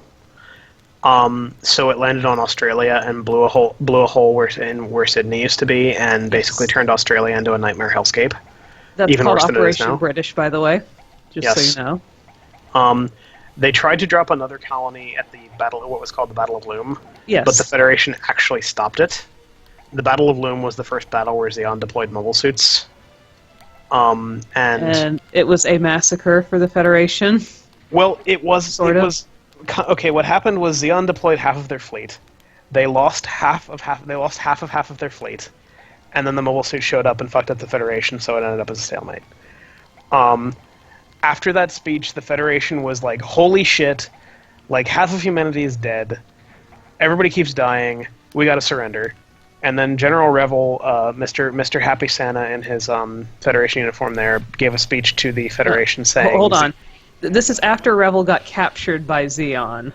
But he escaped because he's a He badass. escaped, and then gave a dramatic speech claiming Xeon is exhausted. We can still win this. And because of that fuckhead, the war kept dragging on. Well, Okay, the alternative was, let's let the genocidal crazy space racists who are blowing up all of humanity with colony drops and nuclear weapons win. Yeah. oh hey, these are just regular. Revel basically, since Revel was captured, he got to see that Xeon was basically fucked up just as badly as the Federation from all this fighting, so he basically told the Federation, Xeon's just as fucked up as we are, except we have the entire Earth, whereas they have a bunch of they have a couple shitty colonies, so we can totally win this, so let's keep fighting. Also, Revel recognized that Xeon was pretty horrifically evil, so... Yeah. Revel was one of the few unambiguously good people in Gundam, so of course he got killed. Yeah, Revel, like, basically anytime the white base team had a problem, Revel would just be like, yeah, whatever, send them supplies, or, yeah, okay, send them back up or whatever, I don't care, whatever. And then one time when they found out that a nuke was going to be detonated at Odessa, Amuro ran to Revel, and he was like, okay, yeah, arrest that guy. Arrest the guy who's going to shoot a nuke at us. TAC, there are many secret factions. Let's see, off the top of my head, there's Char takes off his mask and takes over a section of Xeon in the 1 Year War. There's Garma's Xeon. There's Cassilia's Xeon. These are all spin-offs of the Xeon faction. Is there Dazzle Xeon? There is not, because Dozle is happy to follow. Dozle joins up with Garma Xeon, because Dozle likes his little brother. He does. Let's see. There's the Delaz fleet you can unlock. There's Glemmy's Axis in the double Zeta era. There's Siroko's Titans in the Zeta era. There's Temray's army, which is an Easter egg faction, which consists of Temray and every other scientist character in the game, and they have access to every mobile suit in the game. And Mondo. God damn it. There's one or two others that I can't remember. There's a lot of secret factions. I actually wasn't listening when you were listing them out, but there is... for Xeon, there's basically... there's Garma... What's her name? Mm-hmm. What is her name? Cassilia. Cassilia. Cassville. The Dazzle Fleet. Char's Neo Xeon. And Glemmy's Axis. For the AUG, there's just Quattro's AUG instead of Blex's AUG. And for the Titans, there is Siroko's, and then there's Temray. And that's, I believe that's all of them. I can show you the list. I have them all unlocked except for Garma and Cassilia's, because apparently I've never beaten a Xeon campaign. I know I have, but I guess the game... Most of the factions are sort of... The unlockable factions are mostly Easter eggs, because they don't have like the massively expansive event trees that let you alter history, because you're already kind of altering history by playing as one of these factions.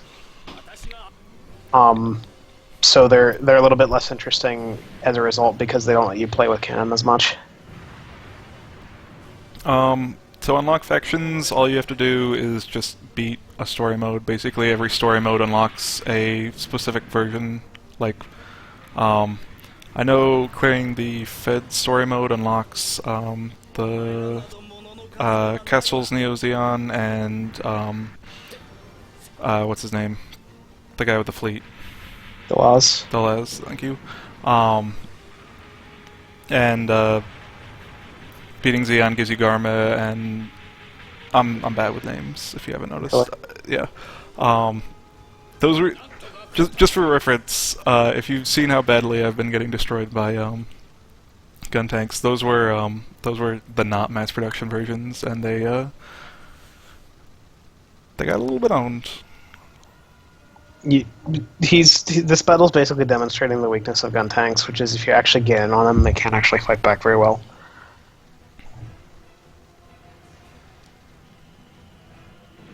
And also that the regular versions kind of suck.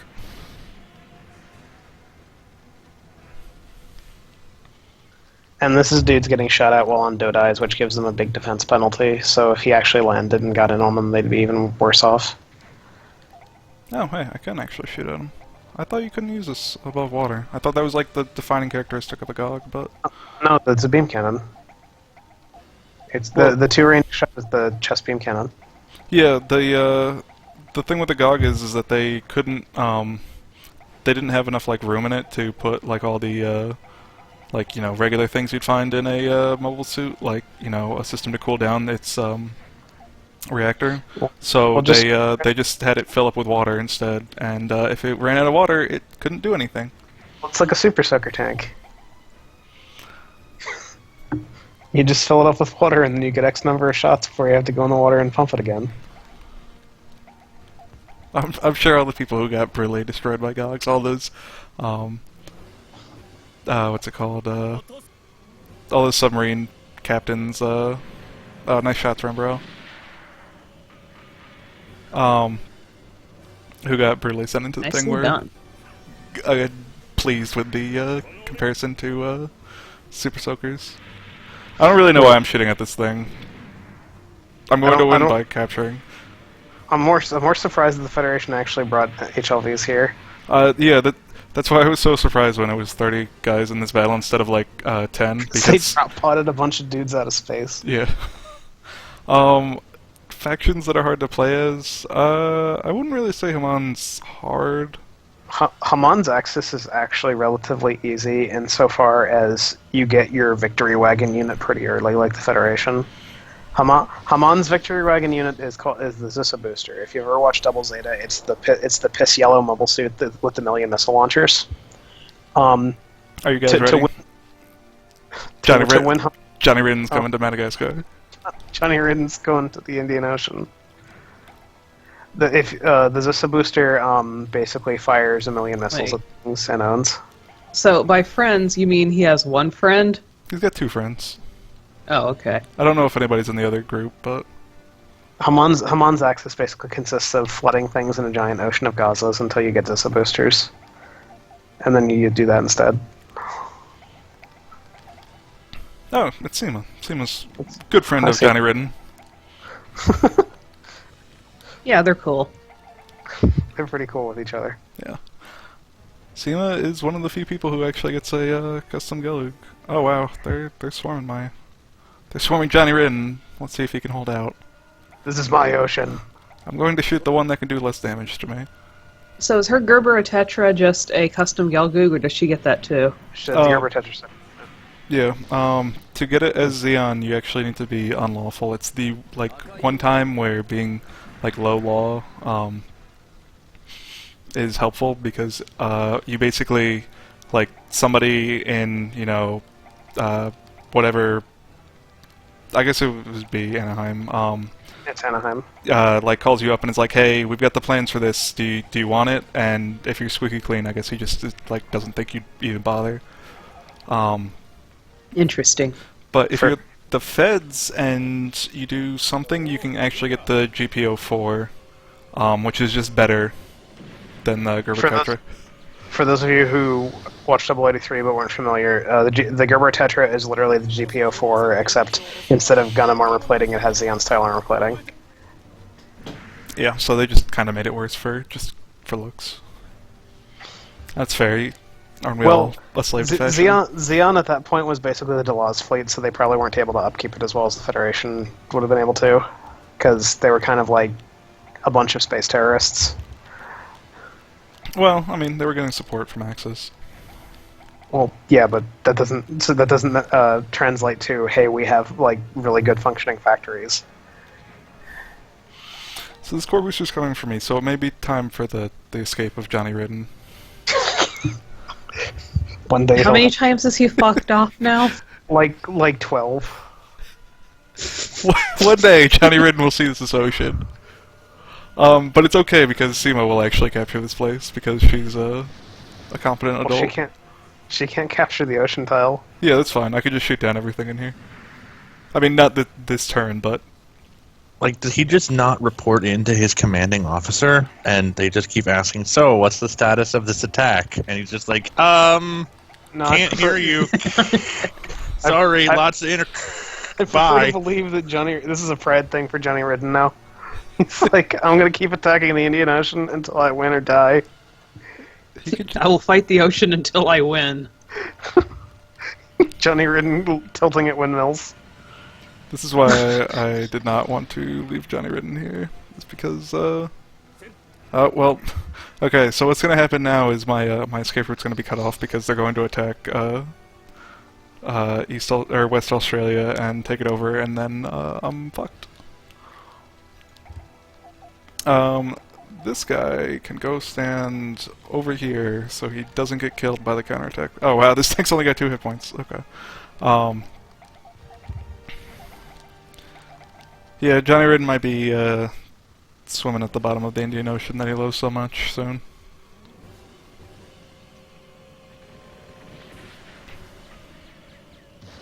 Don't worry, Christina from India will rescue him and give him shelter. And teach him how to be a new type.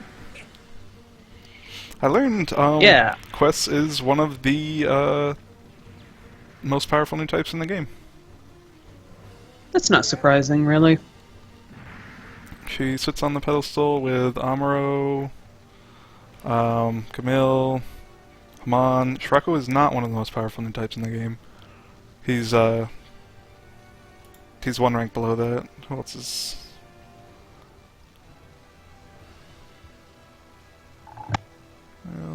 Well, I think it's just those 4. Oh, and Lala. And everybody else is just a huge scrub.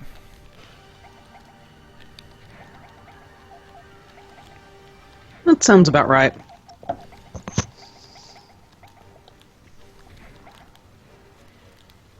Do they have any other units here? So when are you going to get the Elmath? I think That's towards the end of all of that stupid mobile armor research he has to wade through. I see. and I have to do it.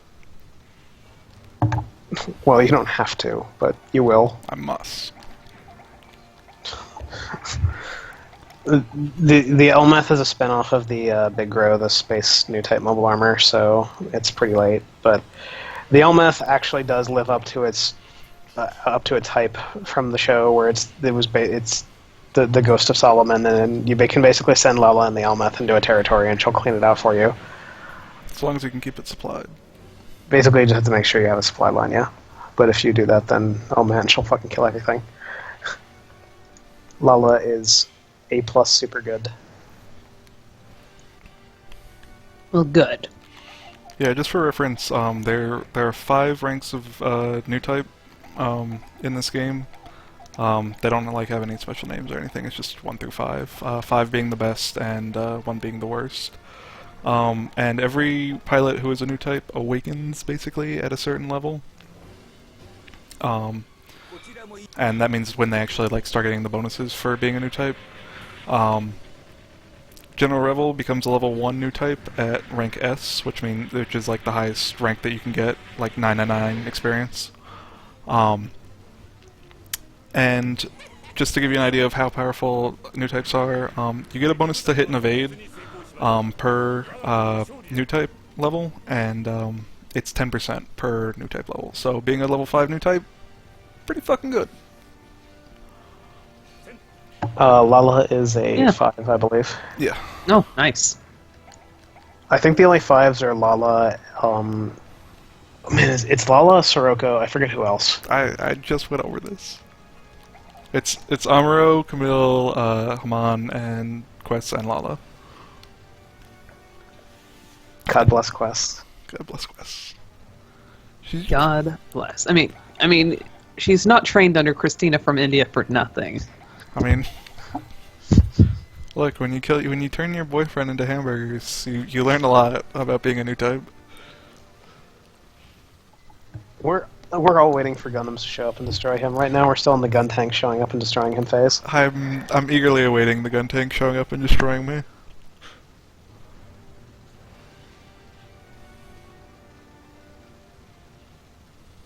So what turn does the gun tend to show up? It's inconsistent. Yeah, around 20. It could have actually shown up already because he's blown up a couple submarines that were transporting a lot of units.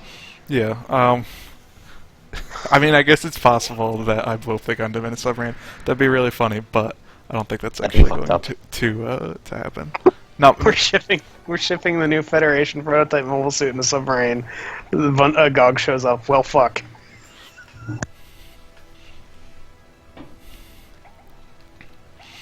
Alright, let's see if this gun tank can move 2 spaces this turn, and if I'm going to lose this unit.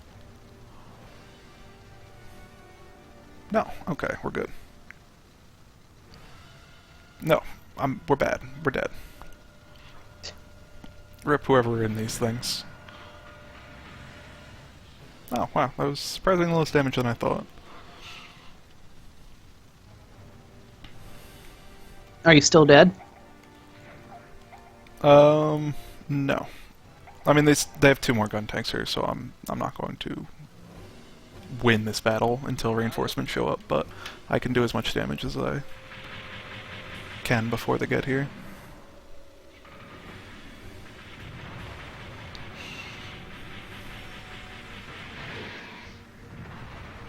I love those running animations. They never get old.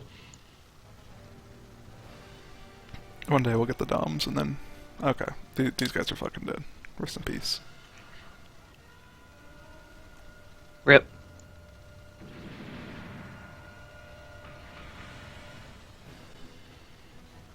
Wow, they're holding on harder than I thought they would.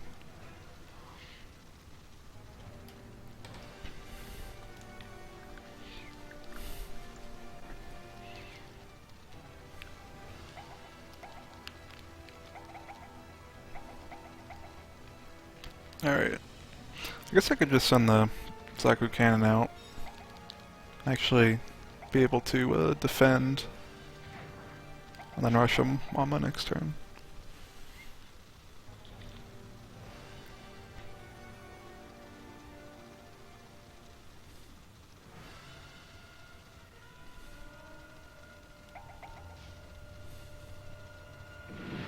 I did not defend at all there. Well, rip one of those Zaku cannons. What kind of commander are you? You're no Ogami. Well, you see, unlike Ogami, he just has to command his troops against enemies who can fight back. Shit. Wow, that is not. Look, he's very important. How dare you? Look, I didn't mean to imply that Ogami was not an adept commander. I'm just saying it's way harder to not have casualties when the enemies do damage to you. I don't know what you're implying. It's I don't true. like it.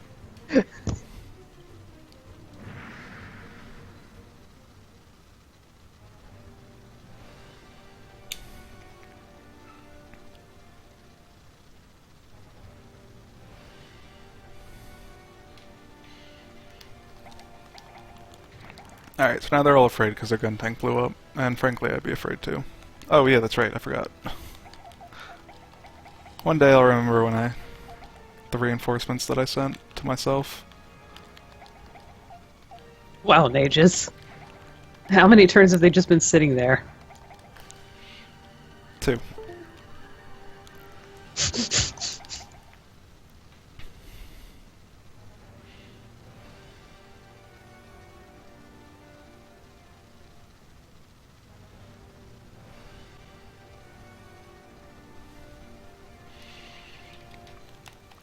And now they're afraid to come at me here because core boosters can't take units on the ground, or core fighters.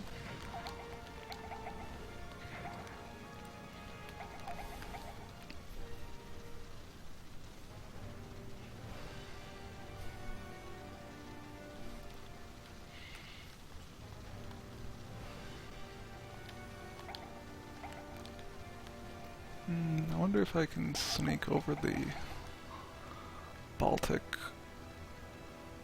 Probably not. Let's try going over down here and see if I can't lure the guy out. They have a sub, so I'm winning by capturing all their points, because shooting it down with a single Dodai rider is not great. Yeah, don't you have to scan it like 5 times just to be able to hit it? Well, scanning is like a, I guess not a binary thing, but it's kind of like a yes/no thing with a little bit of a maybe in there. Like it's like there's certain levels of scan, and if you scan it well, then they have a 20% chance more, like way to get hit. I see. So we're finally using the goofs. The goofs are good in mountains, and that's really good because we're going to be crossing over lots of mountains on our way to kill all these guys over here. Goof troop. Yeah, they have no submarines, so we are good. Goofs are strong and powerful, my friend. They're all of our friends. They're like a Zaku and a half age. Relatively. But the downside is he doesn't have the cool goofs that can fly on dead eyes yet, but that's fine. We're trying to get to them as fast as we can. We're trying to get through the tech as fast as possible. Spelled goof wrong, two of you should feel ashamed. There's a U instead of an O. Duck going, fuck.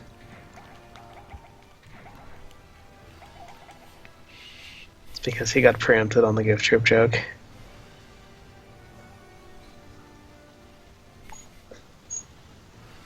Alright, finally a battle.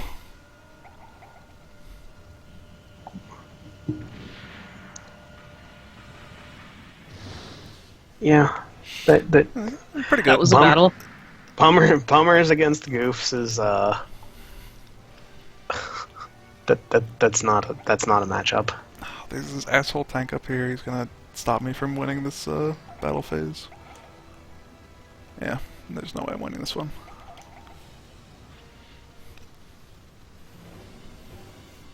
I can't wait for the Kingdom Hearts Giren's Greed crossover with the. So I have a question. Yeah. Can the goofs do a team-up attack called a whirly goof? Not yet. we haven't. That's the best attack name in Kingdom Hearts. Well, excuse me. The best attack name is the Whirly Goof Ga. The whirly goof what? The Whirly Goof Ga. Oh, goof ga. I'm sorry. I'm wrong.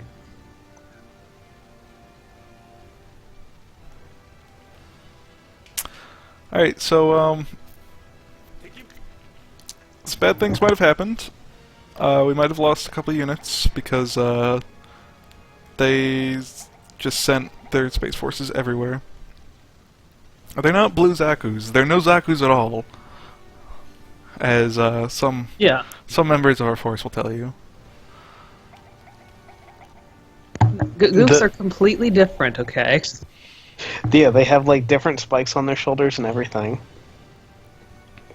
The thing that differentiated the goofs and the Zakus in the original TV series is the goof was armed with finger machine guns and a whip called a heat rod that could electrify things. Yes, it electrified things, even though it's called a heat rod. But these are the basically early model goofs that before they developed those goofy weapons. Ha, goofy weapons. These are basically just slightly upguns. They're basically upgun Zakus that have the same weapons that Zakus have, but later on we'll get the fancy goofs. So you're going to assassinate Revel, right? Man, I wish. That would solve a lot of problems for Xeon. I don't want to even send this ship after Rolo because if I shoot it down. I'm just gonna wait here and more Minovsky particles. Minovsky particles will be our salvation. When you're in space, the Earth is basically like controlling the space around Earth, and if you control that, you can drop to Earth. They did not retake 2/7 of Earth in one turn. That would be pretty bad.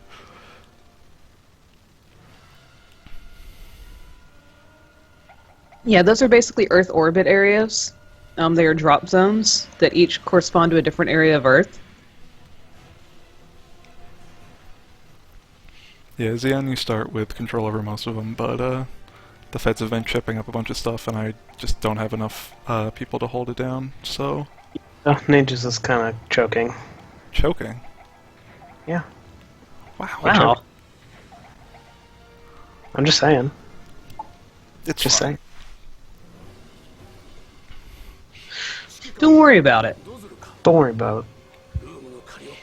This is a very exciting mid-battle dialogue between Revel and Dozel. So that was Revel saying, "I'll pay you back for the Battle of Loom," and Dozel going, "Oh, you want some more?" And he's gonna give it to him. Yeah, Rebel. You're fighting Dozel Zaku, and Dozel Zaku, its entire purpose in life is to kill battleships.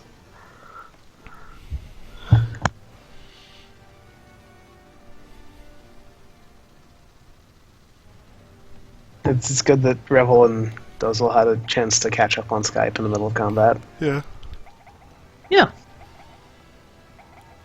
Oh yes, the Federation's equivalent of the fat moron. Yeah, this is, well, no. This guy's way worse. Look at all of those stats.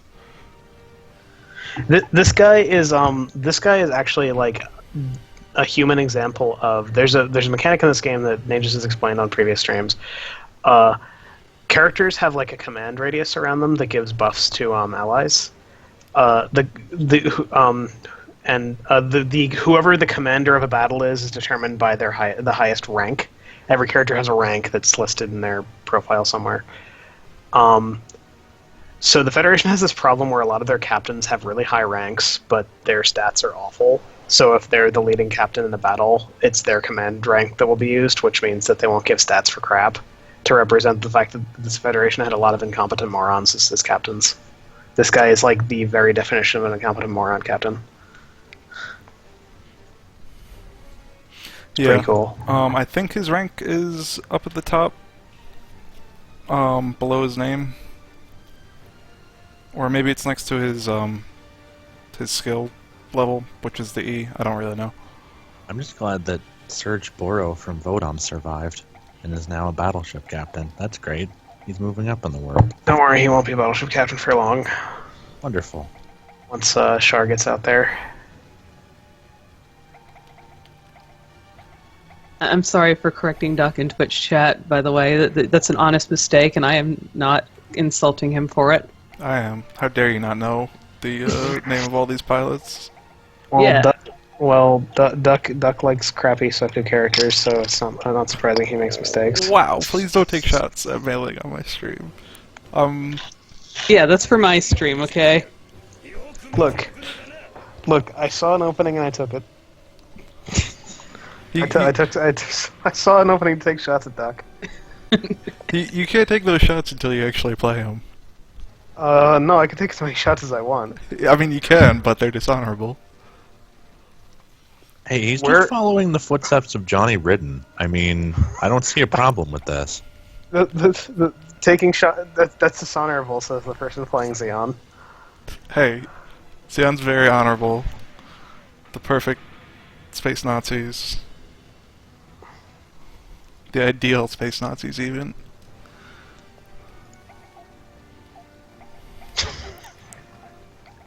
I like how Doc has not heard me defend him on stream yet, so he's calling me out on my poor spelling of everything.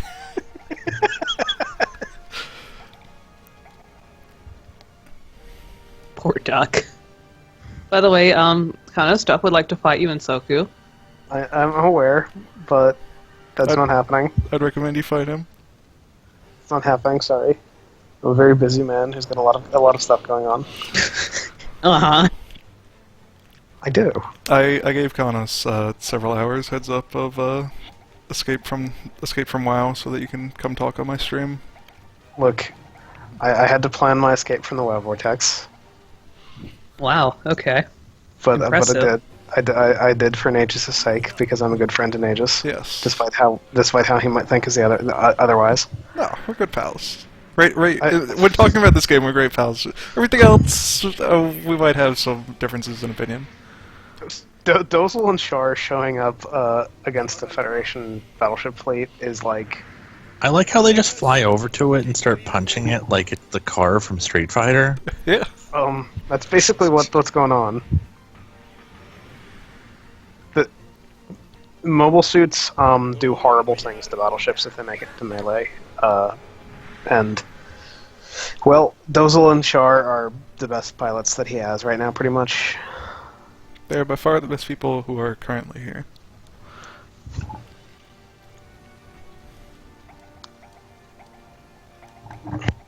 But It's really easy to take shots at Duck, especially when he can't defend himself. Just right in the breadbasket.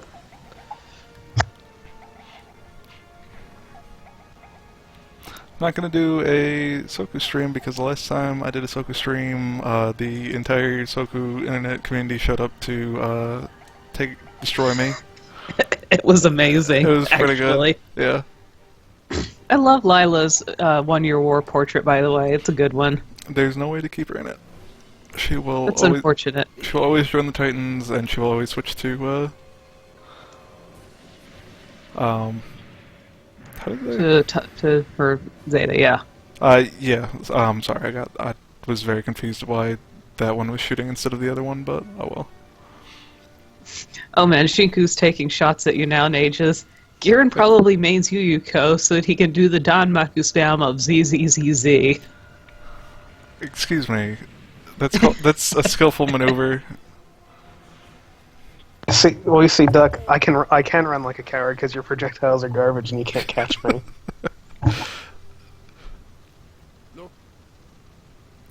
Oh, they've got a report on something. Zuda. Yeah. Have I already offered boy, the oh sacrifice for the Zuda? I have. I'm pretty sure you did. Yeah. How much does the Zuda cost to develop? 2,000? Ugh, such a waste. Let's do it. It's so bad. Well, okay, it's decent. It's just that it's a friggin' dead end. Yeah, it is. It is not a good investment of my money, but I'm not here to make good investments of my money. I'm here to do what I'm doing. You're here to mass produce the Big Zam. I live exclusively to mass produce the Big Zam. Alright, let's see. What is the plan here? I'm glad that the Federation still has control of the Earth Cradle, by the way. Yeah, that is it is exclusively the Earth Cradle that they're Yeah. going to pump a bunch of stupid bullshit out of. Yeah, they're going to send out the mass production Bergamirs, and then you're going to be screwed. Yeah, that would, in fact, that would be like being a new type in this game. Yeah. Not much you can do about that. Yeah, okay, so I did lose a... What did I lose? I lost something of some variety. I don't know exactly what it was, but I had some units. One of them was a prototype, well, not a prototype goof, but an early production goof. And then something else. I think it might have been, oh yeah, it was an ACT guy. And those are lost because they took over. No. Yeah, rest in peace, that guy. No. Those are lost forever because they attacked them while they were in space, and neither of those can function in space. So, what is the plan for taking back space?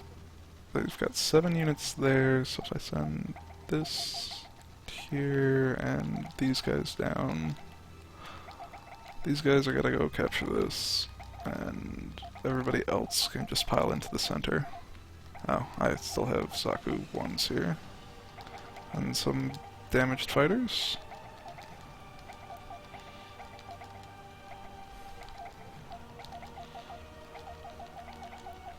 So they're damaged. Do they just repair over time? Well, I misspoke there. They're not damaged, they are, they're down a man, basically. Like, somebody got shot down, so, Okay. I was just putting gonna build 5 here, I guess. I basically just made another one and put it into the squad. That's just an option that you Okay. have.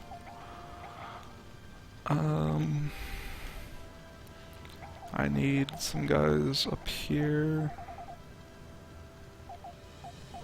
I guess goose. Goose are pretty cheap, actually. Well, these are the early production types, but I'll leave one guy here. Everybody else will invade this next to Jaburo. Actually, if I could sweep these water territories, that'd be pretty nice, because then they wouldn't be able to move their troops around as much. So you're gonna move Johnny Ridden to the South Pacific? Johnny Ridden's gonna try and get back to Australia, so he doesn't get shot down. Okay. I've got a bunch of troops here, and they want their chance, but wow, they've got 20 guys in Kilimanjaro, so that's probably not gonna happen anytime soon. Kilimanjaro is kind of a landmine because attacking Kilimanjaro and taking it sets off the white base.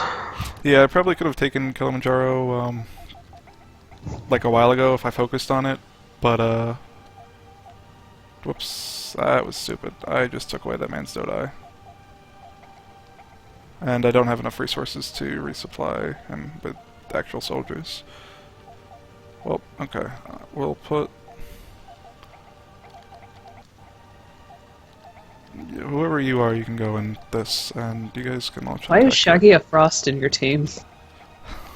Look, man, we take all space noids here. That's fair. Even Category S. What a charitable organization. Yeah. Category F would The be F a stands step for up. Flanagan. Clearly. Category F would be like 2 steps above most of the crappy pilots he has. Yes. But they're failures because they're not new types. They're failures because they only have perfect telepathy with each other. Yeah, that's worthless, right? What is even the point? Why even exist?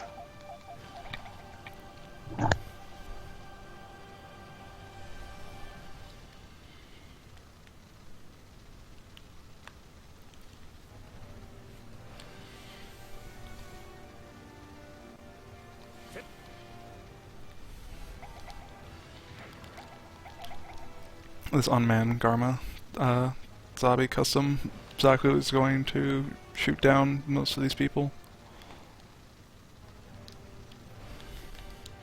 If nothing else, he'll stall them in Alaska. A fucking Gundam's gonna walk off that submarine. I'm prepared for it. I know it in my heart to be true. Oh no. They're not letting the Gundam out because they wanna trick me into coming closer, but what they don't know is I'm gonna send this guy in no matter what.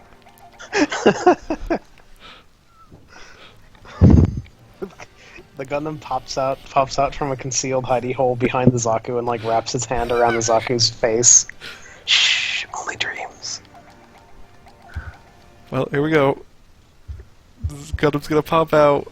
It's going to destroy me, and it's gonna be... Well, Amuro not alive yet, so... Amuro doesn't exist as far as the game is concerned. So, what is your worst case scenario? Yazan Gable? Yazan or South Burning would probably be the worst Okay. possible thing that Or- could happen. Yukajima would also be a disaster. Yeah, okay, it's a Okay. gun. It's only a gun tank. Like a mass Phew. production gun. That's Sick pretty good dodge, dodge, bro. Yeah. I'm just gonna heal that all off, so... Maybe I can chase that gun tank down and kill it. Gun But what tanks if it's like Kai's gun tank? Well, no, Kai's Kai gun pilot- tanks is a piece of shit, so... Kai piloted a gun cannon, thank you. Hayato was in the gun tank, because Hayato is the permanent loser. Gosh, I'm sorry.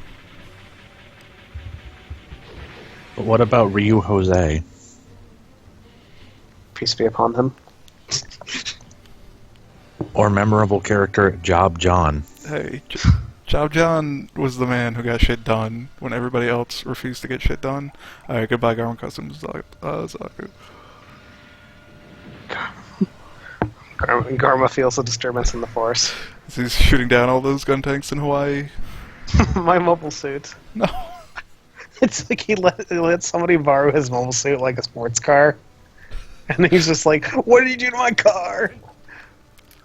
Xeon pilot like is talking to his buddy. He's freaking out. Oh my god, Garma let me borrow his mobile suit, but it's got shot down when I fought a gun tank or gun. Garma's gonna friggin' kill me.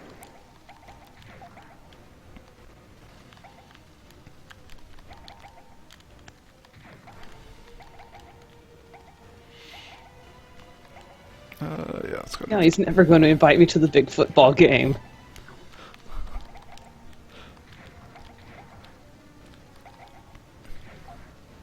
Who's piloting this? Okay, okay.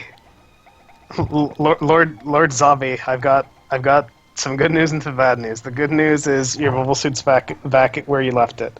The bad news, it has slightly higher percentage of gun tank shot holes.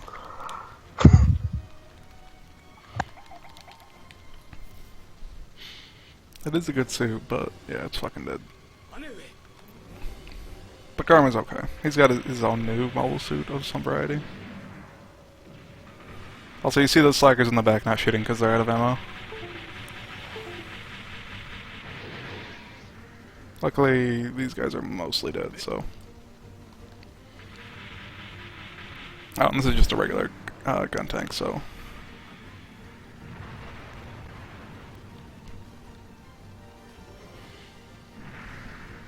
Well, that guy was happy about it. Yeah. I'm shooting this not because it's a threat, but just because I get XP for shooting it down, so... That's fair.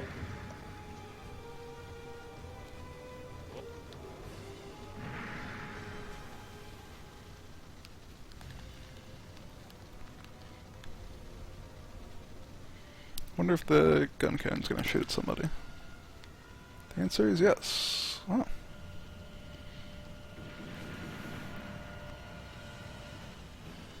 The problem with gun cannons is if you get in a good hit on them, you're gonna blow up a couple of them, and then they're significantly less of a threat.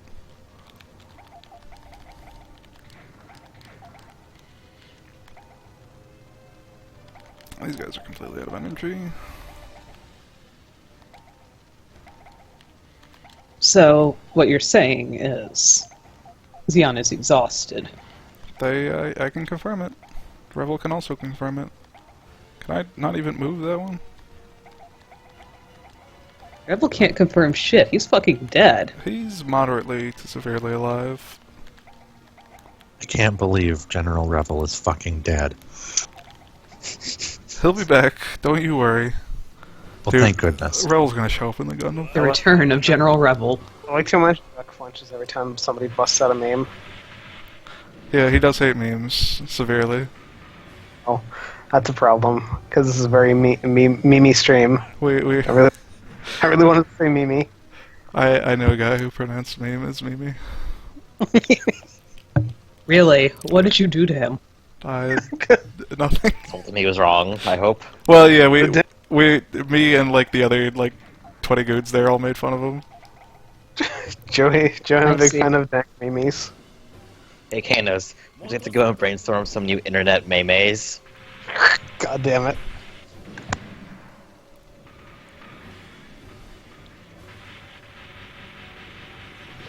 Saku runs up to an HLV. There's nothing in it. We gotta kill it. All right, we finally That took guy Hawaii. did it, though. I'm not really sure why you have to blow up HLVs because they can't move or fight back in any way. So it's not like you should have to blow them up to conquer a territory because they're not going to stop you. As Johnny Ridden's like, I'll be back, you fuckers. The return of Johnny Ridden to wait. Why am I? It's not giving you a retreat option. Well, Johnny Ridden might be returning in a casket. The return of Johnny Ridden to the bottom of the ocean. Johnny Ridden sails into Australia in an inflatable boat with 20 days worth of beard growth. Okay, I need another Zaku. That's fine. Once he's better, I'll go put him in a high mobility suit in space, and we'll. Johnny, don't you understand? The war's over. We don't need to fight anymore. No! You don't understand! Oh, or maybe he'll just fucking shoot the shit out of. Well, It's okay, eye patch guy. Your body blocking bullets for Johnny Ridden will be remembered.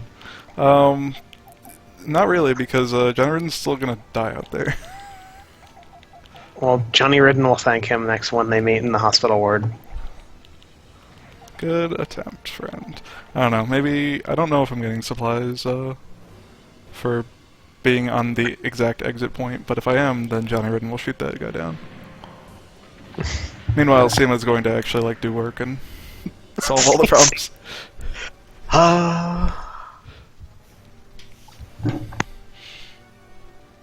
These are the only 2 units, so... Well, that jet fucked off. Yeah, I wouldn't want to fuck with Johnny Ridden either.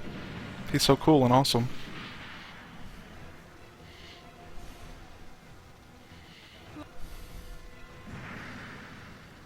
Oh, wow. Really fucked off. What, that you won? Yeah.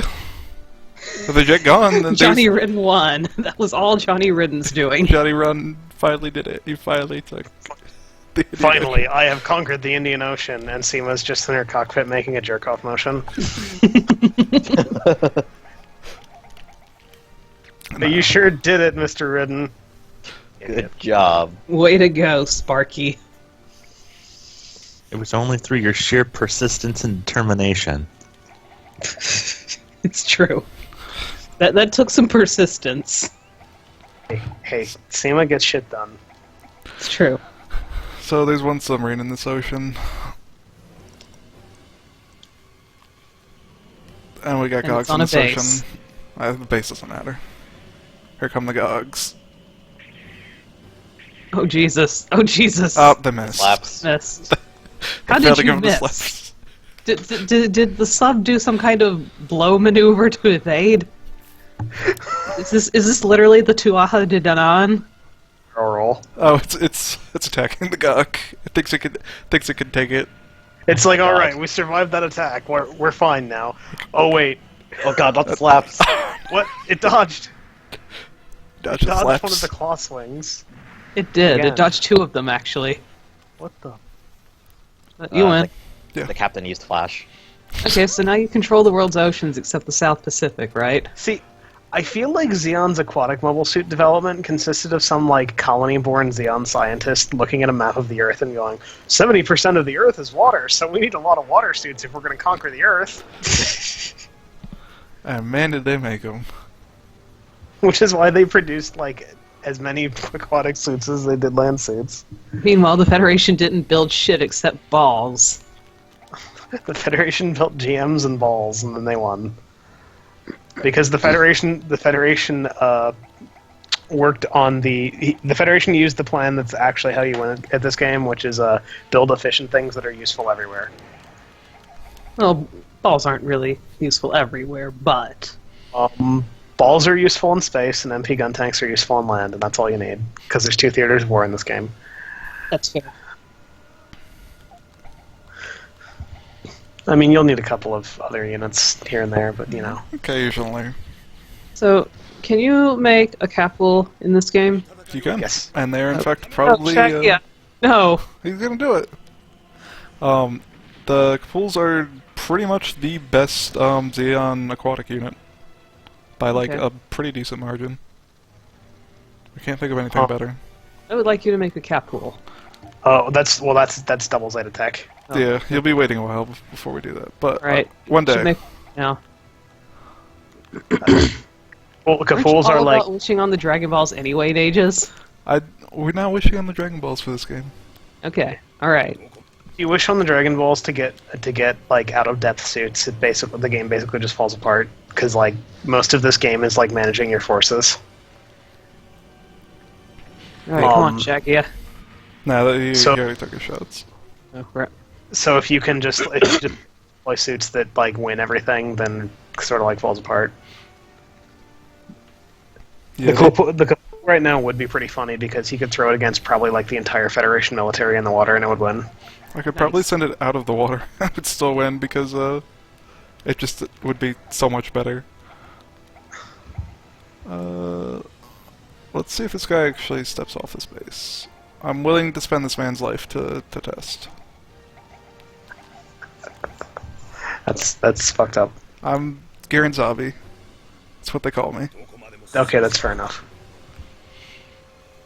They call me Gihren Greedy Zabi. Big fan of this game, Giren's Greed. It's a pretty good game. I They especially call like me its Gihren Hitler Zabi. alliterative title. Oh, he's not willing to move off the base. He says you shall not pass. Well, He's gonna shoot little handguns at you. I don't even think he's going to be able to do that. I guess not. Well, that's unfortunate for him because that means that now you have Zaku's that can land and hit him with axes. Yep. And I will even do that. And the one weakness of the gun tank is being hit with an axe. Well, once you get heat sabers, those work pretty good too. Well, aren't heat sabers just axes with slightly different blades? I guess in the sense that everything with a blade is like every other thing with a blade, but slightly different. Exactly.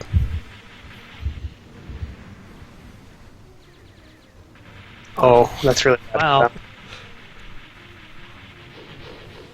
It's too bad you're basically not doing shit to them. The gun tanks are like Do they have an reverse. evasion bonus on the base? Yeah. They do, but that's just basically terrible luck. Yeah. I see. I like to imagine that the Zaku's were about to arrive, and then the gun tanks just kicked it into reverse right before the axe swing went, and the Zaku's went, oh. Oh, that's bad.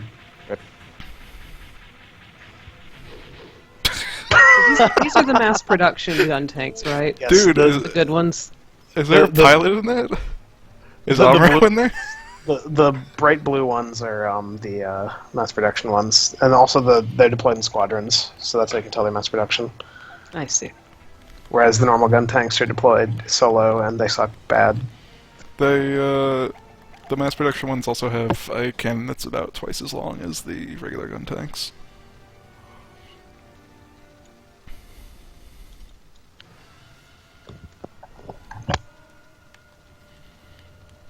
So how many more battles do you have to fight this turn?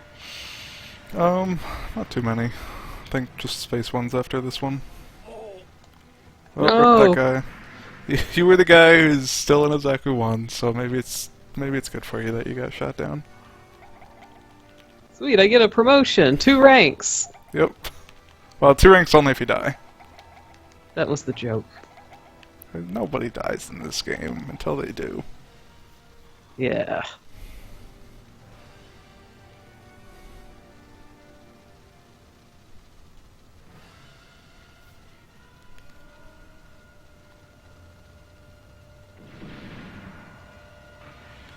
Goop troop. Goof troop. Goofs are gonna do a little bit better against these gun tanks. Well, it's a good thing because those Zaku 2s are getting murdered. Yeah, they were just here to buy time until the goofs could show up and save the day. Okay. And they can't even reach the fuck. Oh my god. That's awkward. Let's rearrange these guys so that the ones that have taken less damage are in the front. You sure you don't want to just stay on the base, maybe spread some Minovsky particles or something? To spread Minovsky particles, you need like a unit that specifically is like Minovsky particle spreaders. Like all battleships can do it, and some mobile suits can. But I'll just use that one to buy time. He's not going to survive. Ooh.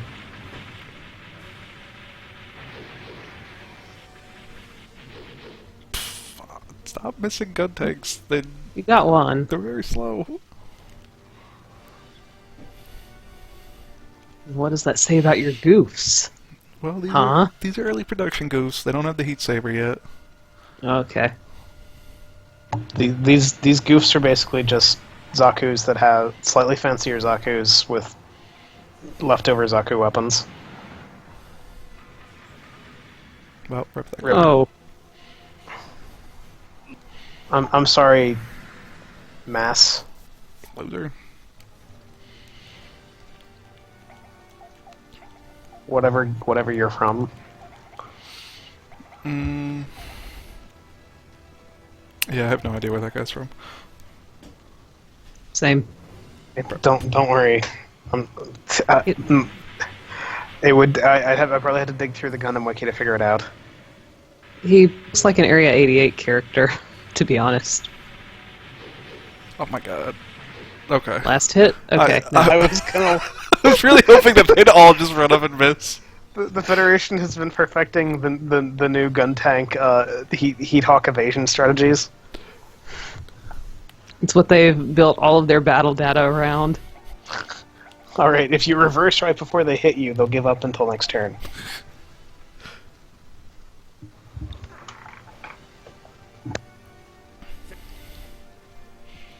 Alright, it's gonna be a slow battle, but that's easily winnable.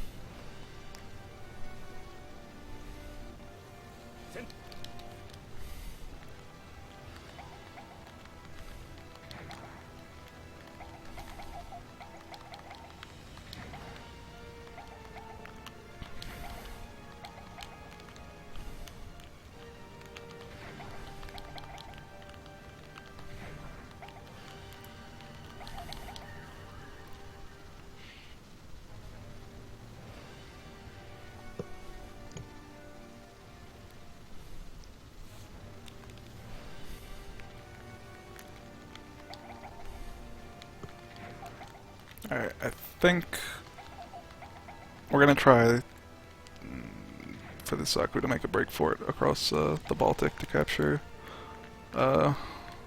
Skane, I guess, wherever that's supposed to be.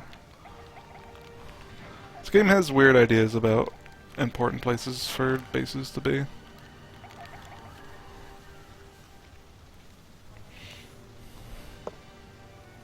Yeah, I don't know where that is. Actually, I don't know where the Baltic Sea is. Is that Scandinavia area? Yeah, we're northern Europe, Yeah. around Scandinavia and Germany, basically. Okay, so that would probably be like Finland. Well, probably like maybe we can see like the bottom of Finland from where we are. All right, go for it. Okay. Whatever. Okay, they just sent their shittiest thing after us, so we'll be fine. There were geography questions being asked. Was Yeah. at a moment. Baltic Sea. This is Baltic Sea is between the Scandinavian countries and Eastern Europe.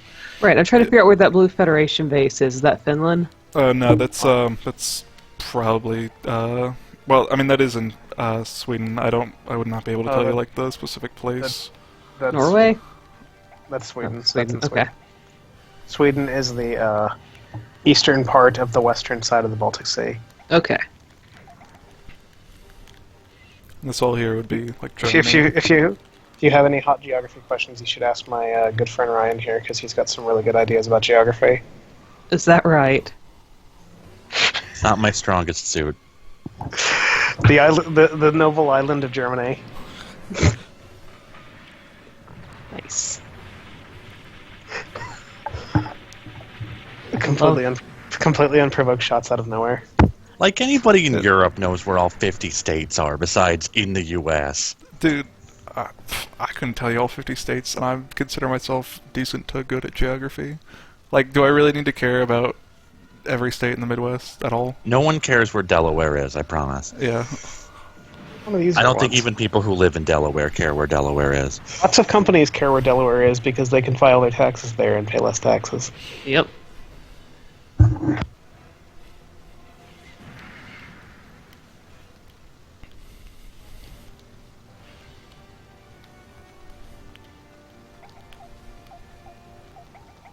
How close can I get? I can get pretty close. Well, you made a break for it and succeeded. That's good. I just gotta take this one base and then we can win, basically. I don't know what turn we're on. I think we might be on turn 5. Or maybe turn 4.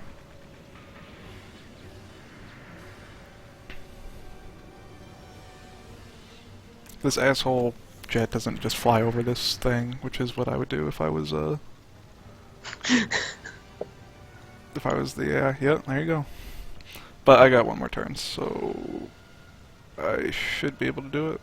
No. Or you can just counter. No, because he's not attacking me. He's using the sub to shoot at me. To pretty Oh. good effect.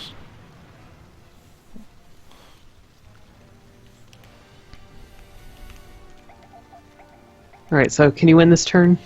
No, because I can't blow up the sub. So, this battle will go on for exactly one more turn next time. Probably should have moved my units further away so they can get shot at by the submarine, but whatever. What are those? Those are Zaku cannons. Okay. It just Zaku with like a cannon slung over its shoulder. Golden Battler says knowing Delaware's laws is not the same as knowing its location. But he spelled it's wrong, so I'm not actually giving any of that credit. Oh shit! Holy shit. Damn. Zaku cannons are actually quite good units. They tend to get overshadowed because they can't fly on dead eyes. If you can't fly, you might as well get the hell out of here. I'm just glad there's somebody out there that resonates with my feelings on geography.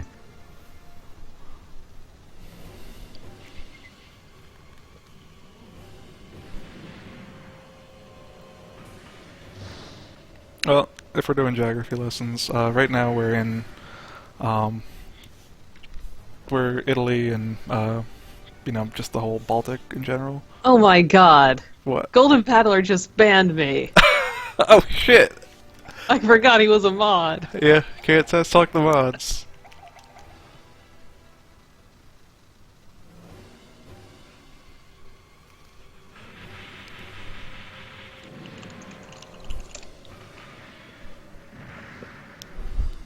I'm glad that you can talk in my chat too. Yeah, I got timed out for 1 second.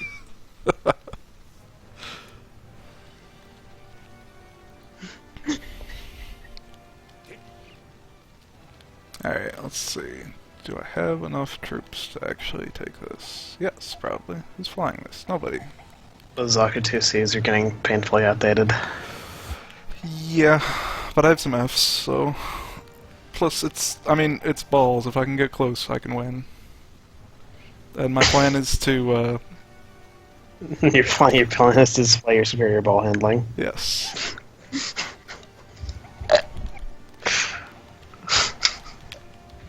There's going to be a lot of this in the end game of the Federation, isn't there? Yeah, when I'm having to cut down like 50 balls per area. Yeah, that's a lot of ball busting.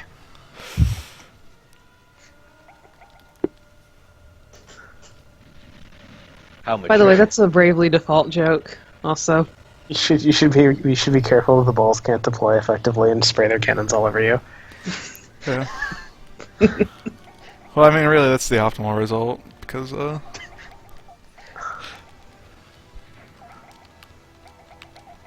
trying to think of a sex joke here, but I can't. It just is actually the optimal result, because then they won't be concentrating and killing my guys. Wow, ninjas broke the chain. I'm I great at think that's one of parties. the best parts about Bravely Second, by the way. Stop advertising your other video games in this greedy Gundam stream. Wow, yeah. I'm sorry. I'm sorry, it won't happen again. Can't believe I have a representative from, whoever makes them is here in my stream. Oh shit, the buff banner's up. What?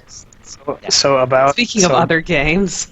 about that Fantasy Maiden Wars Lunatic stream. Yeah. I've been told Hey, that it's going I've to got, happen. I've got one lined up. It's ready to go. I just have to finish some IRL work first, and it's going to happen. Alright, you heard it Yeah. here first.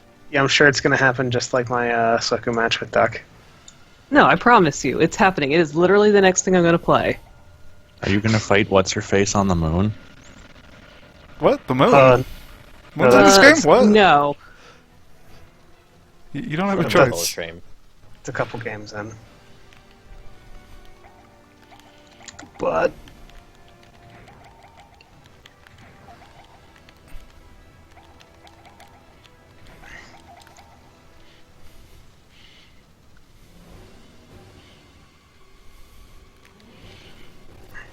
We won't have to fight on the moon for a long, long time. Until the AU takes it from us. And, that's a pretty awkward situation when you gotta fight the AU because side 3 is right there, and your capital never changes, like, throughout, the eras, so,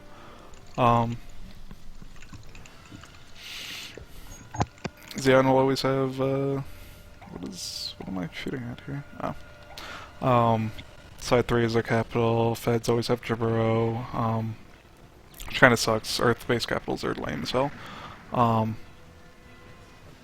Was it? AU has Granada as their capital, and, Axis has Axis, obviously. Where's some other ones? Where's the Titans' capital? Is it? The Titans' capital, isn't it side 2? I mean, in canon, it's probably side 2, but I think It's in game, Grips, I think. yeah, probably. Yeah, I'm pretty sure Grips was like their stronghold before they converted it into a cannon. It's a pretty good thing to do with your stronghold. Yeah, it is. But yeah, I mean, side 2 is also where the Gundam Mark II was being developed. Yeah, that's where Camille lived. Yeah. Then I saw him got turned into a gun, and then he got killed there. Rest in peace, Camille. Rest in peace, those core booster pilots. No. Okay. Hey. Fuck them. Whoa. Whoa. Dang. Mages. Harsh words. Why would you be so mean? Because, they're bad people. They shut down how many Dodais? Well, maybe you shouldn't be trying to conquer the world with roving gangs of Dodais. Well, maybe they're jerks, and they deserve to die. You don't know. Maybe they got kicked They're a all Mad Max villains. Maybe they got kicked a space puppy before he got here. Look, Is he I- literally Yazan Yeah, I the usually- evil was I make the assumption that people aren't evil until they do something to prove themselves evil. well. That's where you go wrong. All right, let's see here. What do they got? Oh, they're bringing in people from everywhere. That's good because that usually means that they're not invading places around them. But we'll see.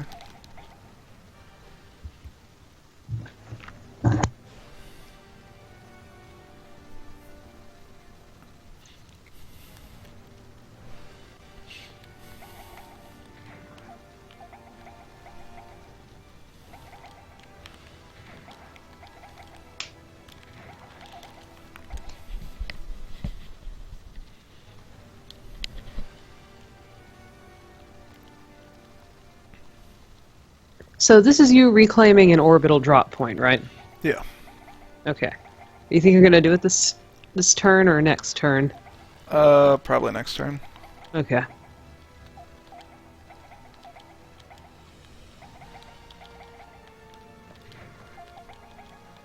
Oh, hey, they do have balls. How about that? Yeah. There are balls everywhere. I mean, it takes a lot of balls to defend something like this. Yeah. Yeah. Probably should have given her a better ship. At some point. Yeah, the Musais are kinda, Musais are bad when the war starts. I'm role-playing as Gihren, and he probably hates his sister, so... Was Wow. he hates his sister insofar as she wants his position. Yeah, exactly. So I'm giving her a shitty ship, and she can try and make something out of space herself. Giren's kind of like a massive sociopath that doesn't actually like care about people at all. So only insofar in what they mean relative to his power. Yeah, I mean, Taman was basically exactly the same, but she was so stylish, so Well, she gets well, a pass. Hamon's a little bit different because Hamon actually displays human emotions at multiple points, Yeah. whereas Giren's just straight up creepy sociopath. Hey, Gihren displays emotions like for reacting when he's got shot in the dick. Like greed? Eh? Yeah. Eh?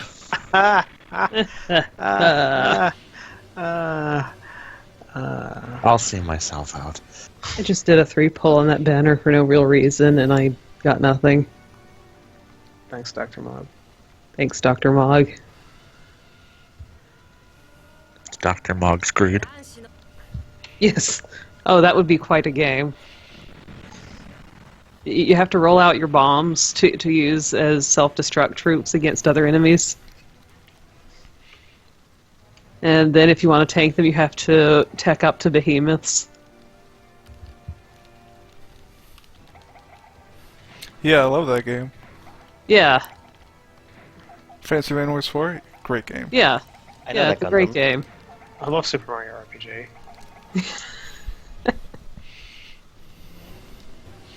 Harmless Penguin says anger is an emotion. Gihren doesn't really show anger that much, though. I guess if Gihren shows an emotion, the most common emotion Gihren shows is smugness. That's a pretty admirable Because state of being. dude is pretty smug about his whole conquer the world thing. I mean, he almost did it. Yeah, much like Hitler. Take that, Hitler. Take that, Hitler. Why is it take that, Hitler? I don't know how that's an insult to Hitler. Yeah, fuck He Hitler. almost conquered the world. Yeah, we'll take that, Hitler. Yeah. Yeah. Am I sending Dozel by himself up against... Yeah, I am. Oh. This is an honorable warrior. Well, hopefully he doesn't get shot down, because that'd be bad. After that, I'm crossing my fingers for Dazzle. aren't we all? And Okay, Eppley. Eppley is claiming all the credit for these kills. Well, he earned it. He was there. He's... Oh, hey. This is dialogue I've never seen before. I love having a chat with Shar. About what? She was talking about something that she was sensing and wondering if she was an old, like that's what it is to be an old type or something. Oh, damn. Those doesn't even need to go in with the axe.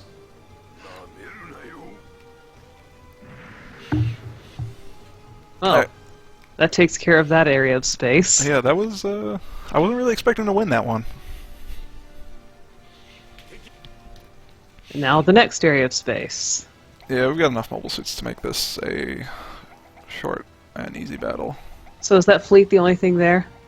Yes. I believe it Alright. said that there was 5. Yeah. Yeah.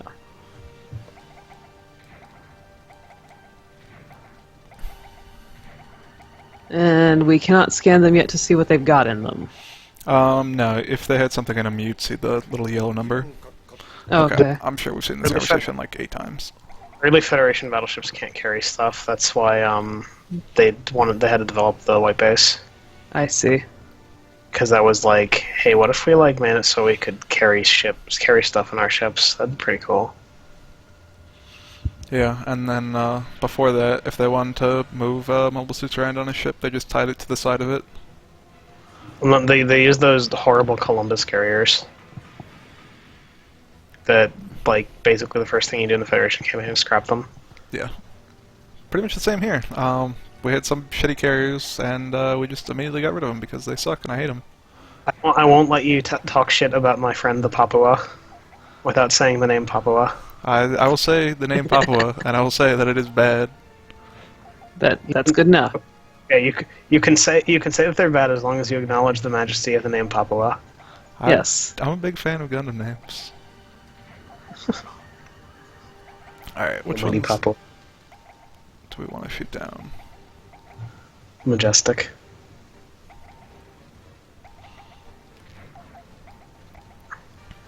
Wow, this one So- ship really does not want to be scanned. Does it have Minovsky particles? Oh yeah, it's got 80 Minovsky particles there. Okay. Actually, we Dang. should probably spread out some of our own. One day I'll remember what the button is for it. Actually, I yeah. think we both know that's a lie. Yeah, but I'll remember better where it is. I think we are both fully aware that that is a complete lie. I've been known to lie on occasion, You don't say. when it suits me.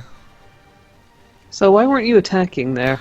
I am going to be attacking, but you can't spread Minovsky particles after you've declared an attack. You can cancel the attack order and then do it, but I have to not have them attack and then have them all attack after I spread out the Minovskys. So yeah, we got like 90 to 100 on all of our ships, so we will be fairly safe from being shot. They also have pretty high Minovsky particle stuff, but we're going to solve that by sending in the mobile suits. So why did you in turn without sending in the mobile suits? You can't move units out of transports after the transport is moved. Oh. Dang, that's like the biggest advantage of Super Robot Wars. The advantage of transports is they can resupply units, and also they allow units to cross over terrain. Like on Earth, like air transports are necessary because they let units cross over mountains and water and shit. Makes sense. Yeah, we're going to be building a lot of gauze. Once they get researched, because gauze are actually like not fucking worthless, unlike basically everything that comes before them. Yeah. Gallops. We saw the Gallop. We trashed the Gallop. The Gallop, which is literally a hover ship. Oh, somebody's fucking stepping to Gihren. Good luck, buddy. You should have built up. You should research the Dolos and start mass producing Doloses.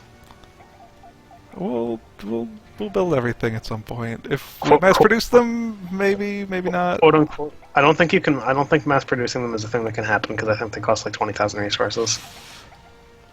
You can mass produce anything. The mass production line might be like 3. yeah, but everything is possible to be mass produced. The Dolos is a super carrier that was built by Xeon to carry mobile armors. So it's a carrier, like, you know how all these carriers that you're seeing have a capacity of like 3 or 5 suits or something? The White Base has a capacity of 6. The Dolos has a capacity of like 30. Nice. And it can carry mobile armors, and almost no other ship can. But it's like near the end of the Xeon 1-year war tech tree, and it costs like 20,000 resources to build one. That is a lot. At some Only point. works in space. How much is it relatively compared to how many resources you're getting by that point? Your resource count never really goes up. Even with all the stuff you could take control of? I mean, you'll probably be making like maybe if you have like control of the majority of Earth, you'll probably be making like I don't know, maybe like 6,000 a turn. Okay. It's closer to like 8,000, but But you also have to like the Dolos is unarmed, so it's not a super sweet battleship. It's a big giant transport ship. Okay. So you still have to build like things that have guns. it's generally a good thing to do in this game. I don't know, dude, battleship. You're looking in pretty good position right now, especially if these Zaku's completely whiff. Hey Kelly, is this before you lost your arm? His arm is cropped off the screen. We can't tell. Yeah, it's a secret.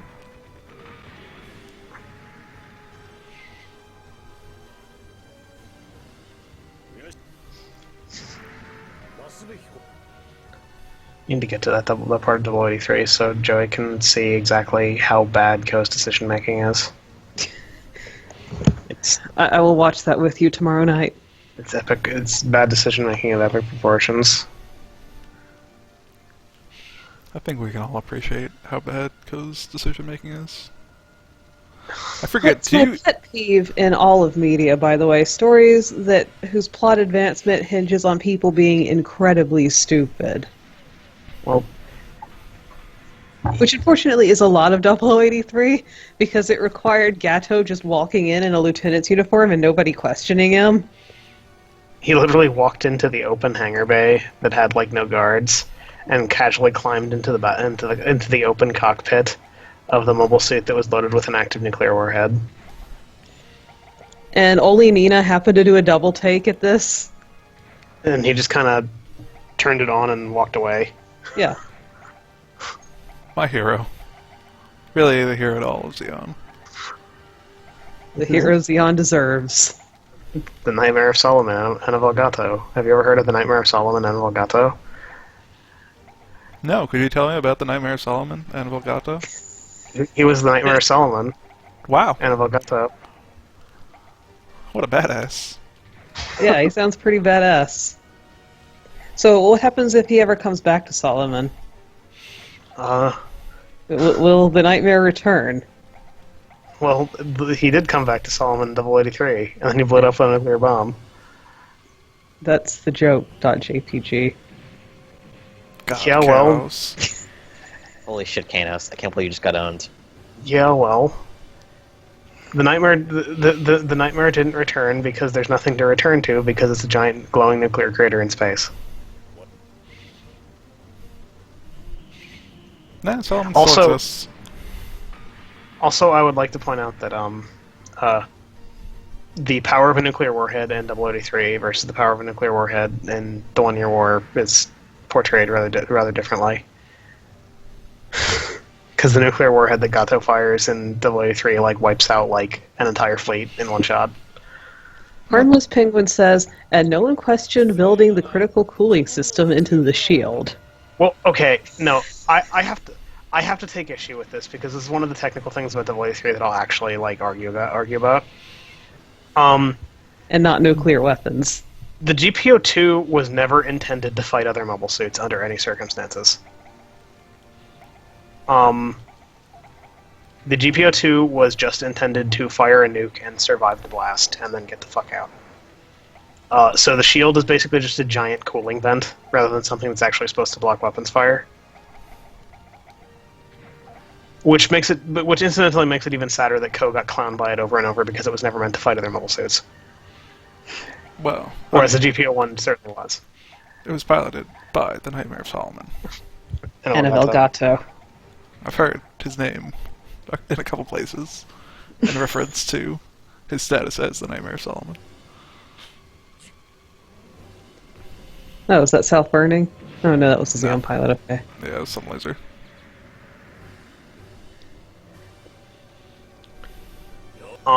They made it a shield so it could hide behind it because it's basically a bunch of heat plating with a cooling system built into it, so it won't melt.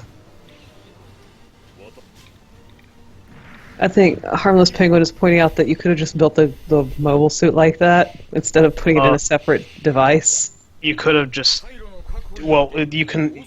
Well, if it's built into the shield, when the shield gets melted by the fact that it's blocking a nuclear explosion, you can then throw the shield away without destroying the mobile suit. That's fair. You unlocked the Torrington invasion operation, by the way. Great. I'll hop right on But, that. Torrington I is mean- in Australia, by the way.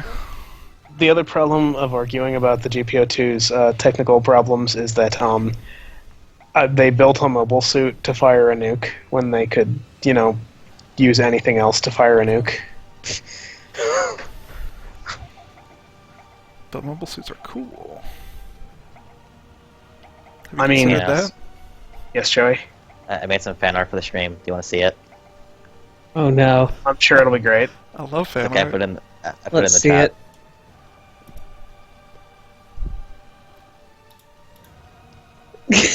Wow, rude.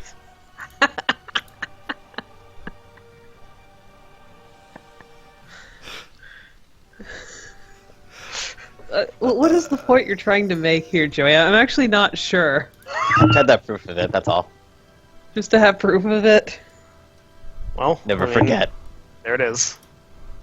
Where were all your Dodrios? I think they all went to the glue factory in the sky. Dang. Rude.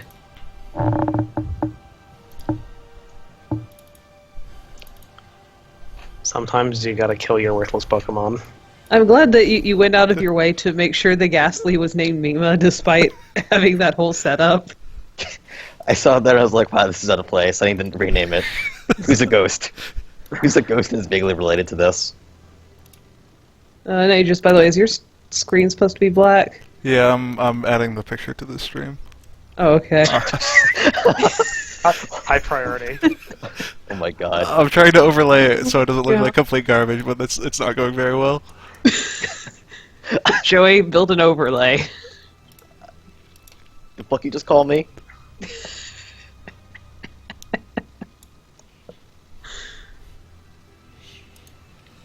Alright, whatever. People have seen it. But Yeah. Yeah. Battler got to kick the shit out of Ko. Ko was in a space specialized mobile suit designed to kill other mobile suits, and Gato was in a one-armed GPO-2, and they fought to a draw.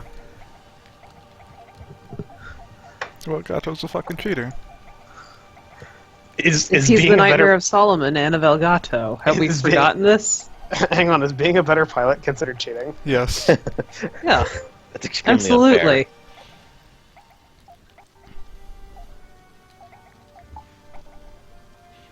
So I got this thing. It's like a slightly upgrade version of this thing. We had to pay. There's a High lot. mobility Zaku. There's a lot of Zakus in this game, and your eyes begin to cross over as you witness the number of them. I see. Did you just put Nimbus in the fucking Zaku flipper? No, but I probably should put him in something. I'll put him in this, I guess. So where does Johnny Ridden go? Johnny Ridden is currently dead. So, oh my god. Fucking, fuck the feds. They immediately took side 6. But you aren't you occupying that spot right there? How did they get there? When they took this, they sent some of their soldiers down here, which is... Oh, They sent one group of soldiers, but the problem is now I gotta take it and I gotta hold it for a turn, which means that I need to get the bad guy points. Fuck the feds. They're the worst. so what does it matter if they hold it if they cheat on resources anyway? Because they can attack him from angles that he doesn't. Oh, yeah, Because they can send those dudes that are sitting inside 6 to go capture a bunch of shit, like all those undefended backfield territories, and they just will eventually have to deal with it, and it's just a huge pain in the ass. yeah. Plus, see. I think the IA cheats less if they have. Well, no, that's a lie. If they have no land, then they will cheat more. But they will. I think in this specific circumstance, it'd be a good idea to take it. okay. So are you going to take Torrington? Torrington is right here. Oh, you have nothing there. Okay. Yeah. Oh yeah, that's West right. Australia rip. Johnny Ridden isn't dead. Oh yeah, he succeeded. Yeah, I forgot. We all forgot about He that. forgot. He totally took the Indian Ocean all by himself with no help from anyone. Good job, Johnny Ridden. Alright, we're going to try a strategy here, and that is I'm going to let some of them into Africa so that I can blow up some of them so I'm not having to fight a million of those fucking guys. But by the way, Harmless Penguin, since you missed it earlier, but by the way, guys, Harmless Penguin is a friend of mine, so I'm going to explain this to him.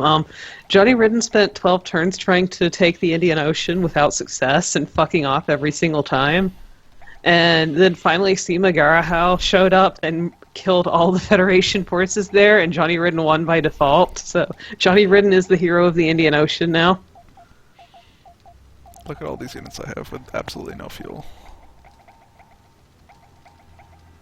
A lot of your troops should be completely fucking exhausted by now, too. So does Johnny Ridden get a better robot now that he's the hero of the Indian Ocean? Yeah, sure. This one? No, this one. He can go to space and he can get in the thing and have a his own custom unit. I mean, Okay, good. it is better than like just a regular unit, but So is Sima gonna hold the Indian Ocean? yeah. Okay. I She forget. does all the real work. Can you go from Belfast to Scandinavia? I believe if you can fly? Don't quote me. Joey? Joey, are you not Canis, the got quote it. master? I will not quote Canis under any circumstances. He said not to. Wait, so that's all I had to say? I don't know. I don't make the rules. I just follow them. Damn it, Joey. Joey, make sure you quote Christy at every possible moment. Please don't quote me, Joey.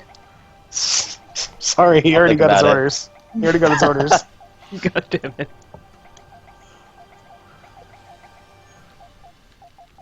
Okay, these guys are good to go.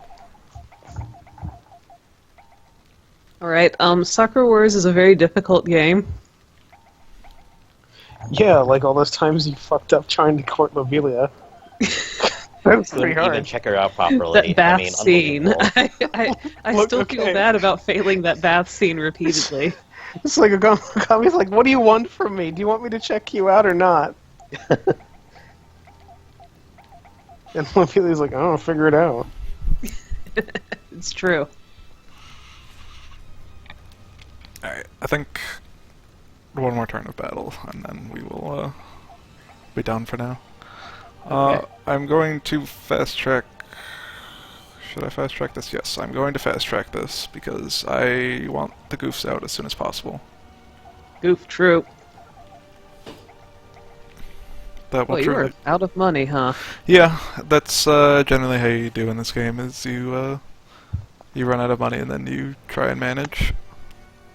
I see. Money sitting still is money not being put into mobile suits. Yeah. So it's money on the table. Good fucking luck, this guy. On the table. Good quality No. game right there.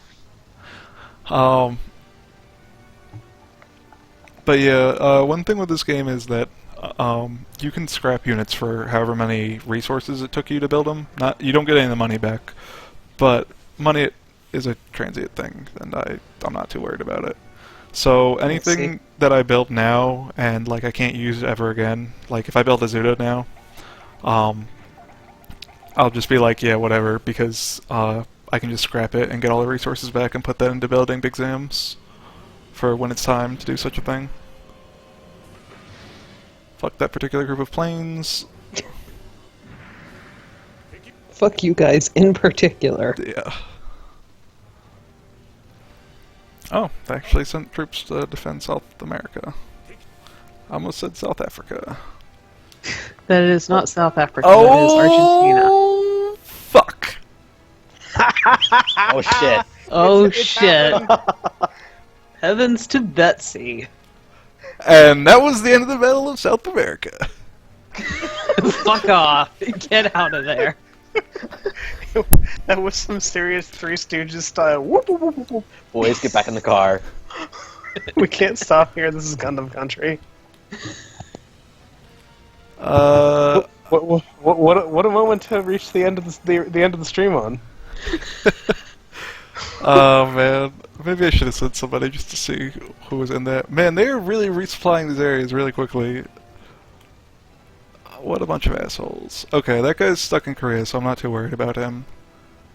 But they've got core boosters. Yeah, not fighting this one either. Fuck off! My spies said that there were no men in any of these places that I'm sending soldiers to, Well, so... There probably weren't any, but then they moved them in during their strategic phase. Yeah, that is perhaps reasonable. I'm just trying to find places where I can win. This is a winnable land. There's nowhere. Like Battler's reaction. It's the White Devil. Yeah, I'm not fighting that fucking thing. It's really funny because it's like a totally basically your response to seeing a Gundam is Gundam Wing style, screaming "It's a Gundam," and then all your guys blow up. They retreated. They'll live to fight another day. The Gundam might track me down over the ocean, but we'll see.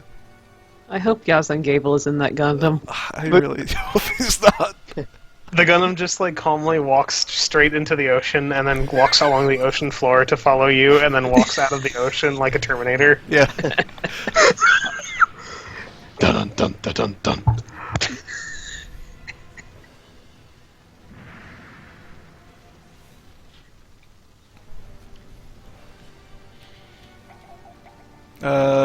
Can I not capture this? No. Okay. Well, I'm gonna need to send a Goggin to capture that area. But I do have to take some kind of base so that I can start getting resupplied. Even it doesn't make any sense when you capture bases like in the middle of enemy territory and then you get resupplied as long as you have two connecting ones, but... Look at airdrops.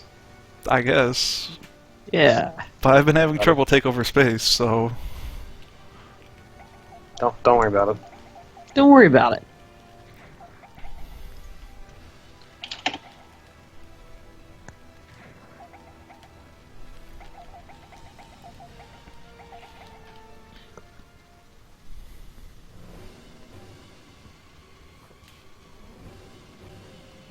So I want to thank Joey for making me start saying that a whole lot. Thanks, Joey. Saying what? Don't worry about it. Oh, don't worry about it. Yeah, okay, thank you. Yeah, I no, started don't worry about it. using the phrase trucked to refer to something getting completely destroyed. And I've gotten like 4 or 5 people saying trucked all the time now. Nice. I haven't heard you use that one. But I have heard you use brick shithouse a lot. I've picked up on that one. I'm a veritable cornucopia of weird language twists. Of Maymays. Memes. Dank meme. Please don't troll on my stream. Donku memes. Wait, hang on. Did you just ask me not to troll on your stream? Please. Okay. Why is he even here, Nages? Please don't troll me on my stream. Okay, that's fair. See, the rule of Nages' streams has been Nages and I are nominally allied. Yeah. It's when we're on Hookto's stream that the alliance breaks down. That's fair. And perhaps even reasonable. Then I have to mediate while playing a video game. Nah. Eh. There's no need to mediate. And the mediation is usually just me taking the side of whoever says something first. Wow. Just like Joey listened to me because I said something first and you didn't. Shut up, son. Joey, you were literally like 10 years younger than me. Shut up, kid. I'm from the future. That Zakutu's getting melted, isn't it? Yeah. No, Here are no, the, it's alive. the invincible gun cannons. They're slightly less invincible that time. Because they were using the crappy guns, right? No, if last time we fought these guys, actually I'm gonna defend. They would just like pull back every time I tried to melee them. Rip. Rip that guy. But you're not an ace, so I don't care. Maybe I should though. I don't think I can take this thing. Not when it's getting resupplied. Hmm. Well, its support ran away, so I'm just gonna go around and capture all these bases, and then it won't be getting supplies. Maybe I'll send reinforcements or something. Good idea. I have plans, generally. Well, yeah, you're in Zavi. Yeah, Karen Zavi's got a lot. He handles every battle personally. He tells everybody where to go. Yeah, he's the biggest micromanager of them all. Yeah, terrible boss. And that's why Hitler lost the war.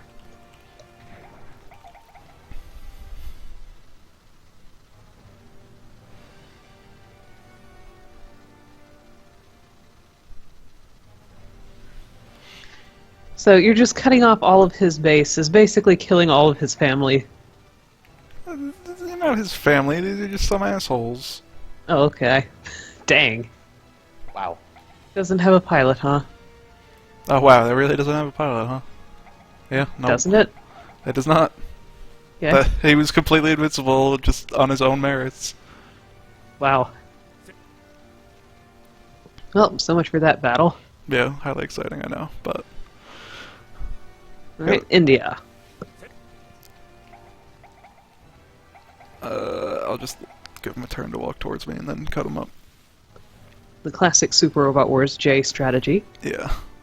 He moved further than I thought. He's gonna shoot at me. Oh no. Hopefully he'll Ooh, miss. snow. Yeah, they're alright.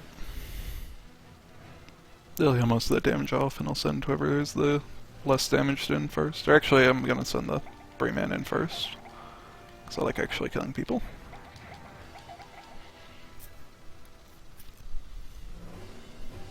Goofy time. Yeah, let's get goofy.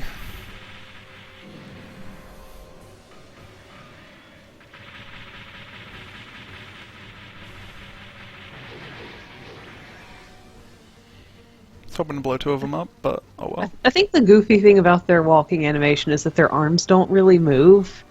Thing? 'Cause they're just kind of like toddling forward. Yeah, that's in part because I always pick the faster animations, because Oh, okay. the slow animations in this game are suffering. Yeah. Yeah, you have demonstrated this. And now they're too far away for me to attack, so they can walk towards me again. Fighting in mountains sucks. We're not even gonna watch these animations. I think they'll forgive you. I only like to watch animations where I'm going to win. Otherwise, you quickly forget the soldiers who are dying for you because they failed, so they're a bunch of losers. Well, yeah. Gihren just turns the camera off when they're getting owned. Boring. Maybe you should get good. Oh, goodbye, gun tank. I still got one more. But it's just kind of screwing around. He's been slowly crawling up to that base after he managed to kill that one guy. No, gotta keep moving towards him even if it is kind of low on energy. It's the final turn, by the way. The fate of India is still up for grabs. Alright, this fucking one piece of shit flying in the sky.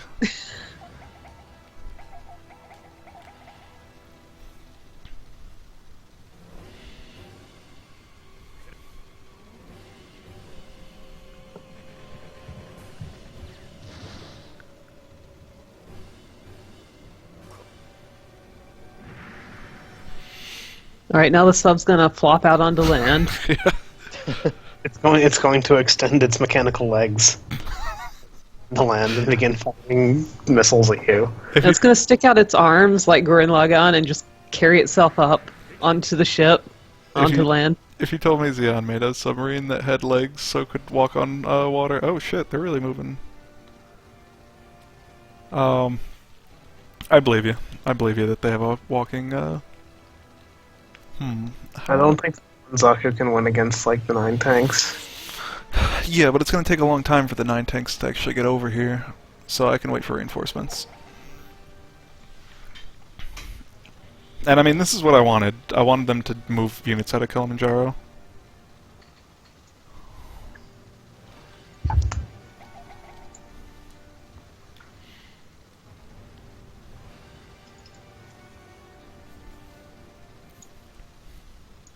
They're like, oh, well, this is easy.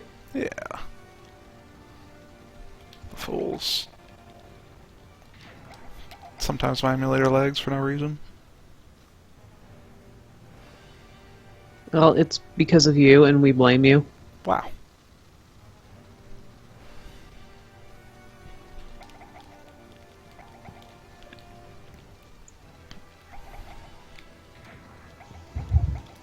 Do they have a core booster hidden away somewhere? No.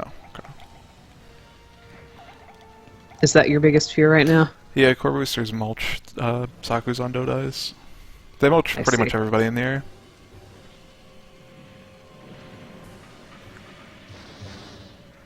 But not those guys.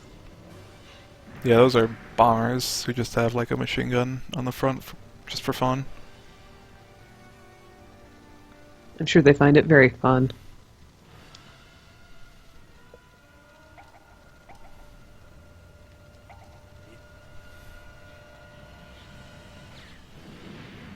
Probably gonna lose one guy here. Yep, rip. Rip. Alright, if I send Seema back, that should... her and, whoever this guy's name is... Steiner. Yeah, they should probably be able to take on 6 tanks.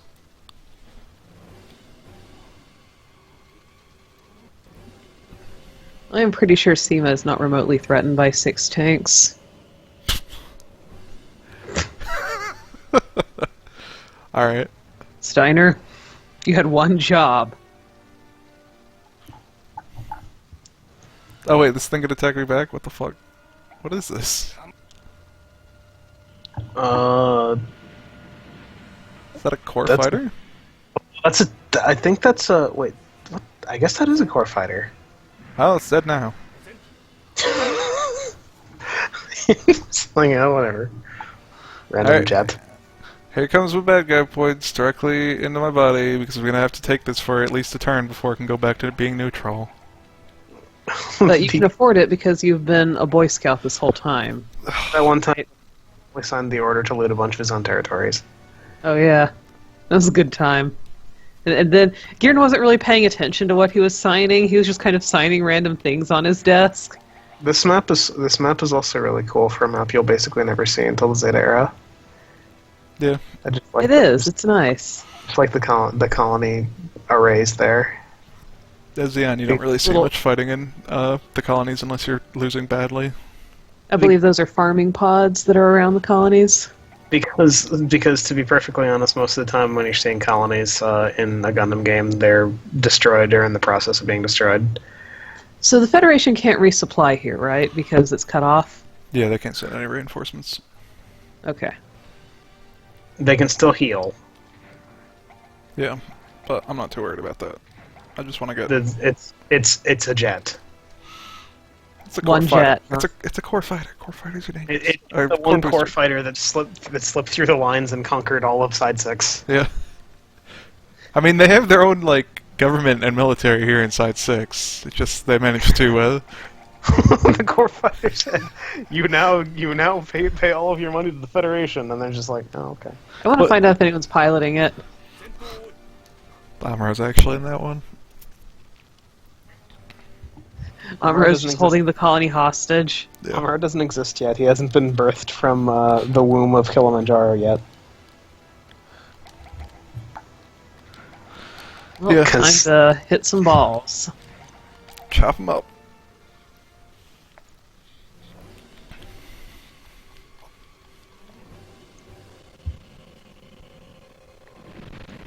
But what do you do when the balls hit back? Die, generally. They die horribly. Generally, you lose Zaku's when the balls hit back. Oh yeah, there's another unit here, huh? Hopefully it moves towards me. Thank you.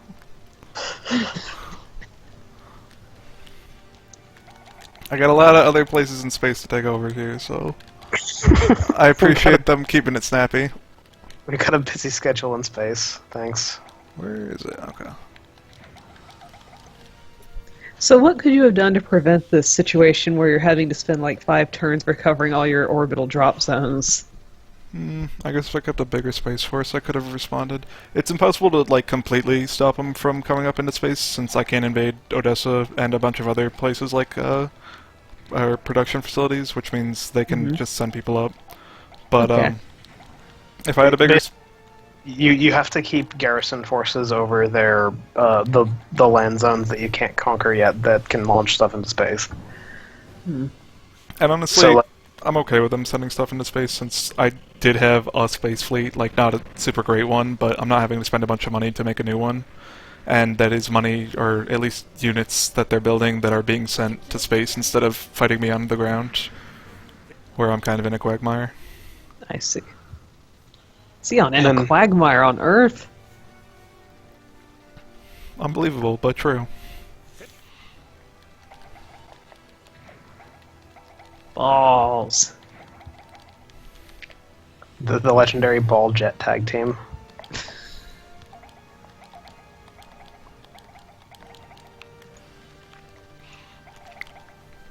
Get some Minovsky particles out, in case they want to come at me. They say balls to you. They do. This is probably the jet, but... Here's this guy. Yep, that's a guy. He probably has a name and a backstory where he's a heroic Nazi aviator. It's true. He probably rescued a puppy Yeah. from a colony that he was about to gas. And gunned down 50 fetties and it's shown as a good thing. Yeah. Oh no, there's this guy. His name is Dick Allen, so Dick is about to fight some balls. No, Dick is fighting with the balls. Oh, Dick is in the balls. No, he's fighting out near the balls. Oh, okay. There it is. Look, I'm not the one who named him that, okay? Wow, how mature, please. I can't believe you just made that up on the spot. Nobody in this stream speaks Japanese. Yeah. I don't even know what Japanese is. I'm very amazed I was able to kill those balls. I fully expected them all to dodge and to do 0 damage. Alright, it's up to these shitty jets that can't do anything with jet skis on the bottom of them. I guess True, they have jet skis. I guess it makes sense for jets to have, but bye bye, Dick Allen. No. Farewell, Dick. You and your balls will be missed.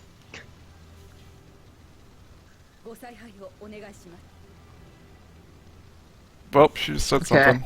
I assume that She just. I thought it was going to like- be the like, hey, here's what we've built, and here's what's being built. It was just like, do something, please.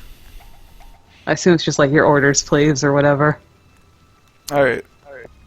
Before So- we go, Okay. not that one, this one. We will put a pilot in it as soon as I find the button for it. What? You're putting Johnny Ridden in another Zaku? Yeah. It's Why? It's a better Zaku. it's a high mobility Zaku. That's what he's famous for.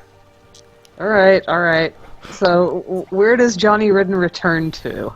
Johnny Ridden's going to fight in space, probably.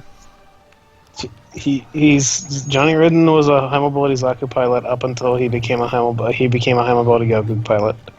I see. Alright, we're going to do an advanced strategy here.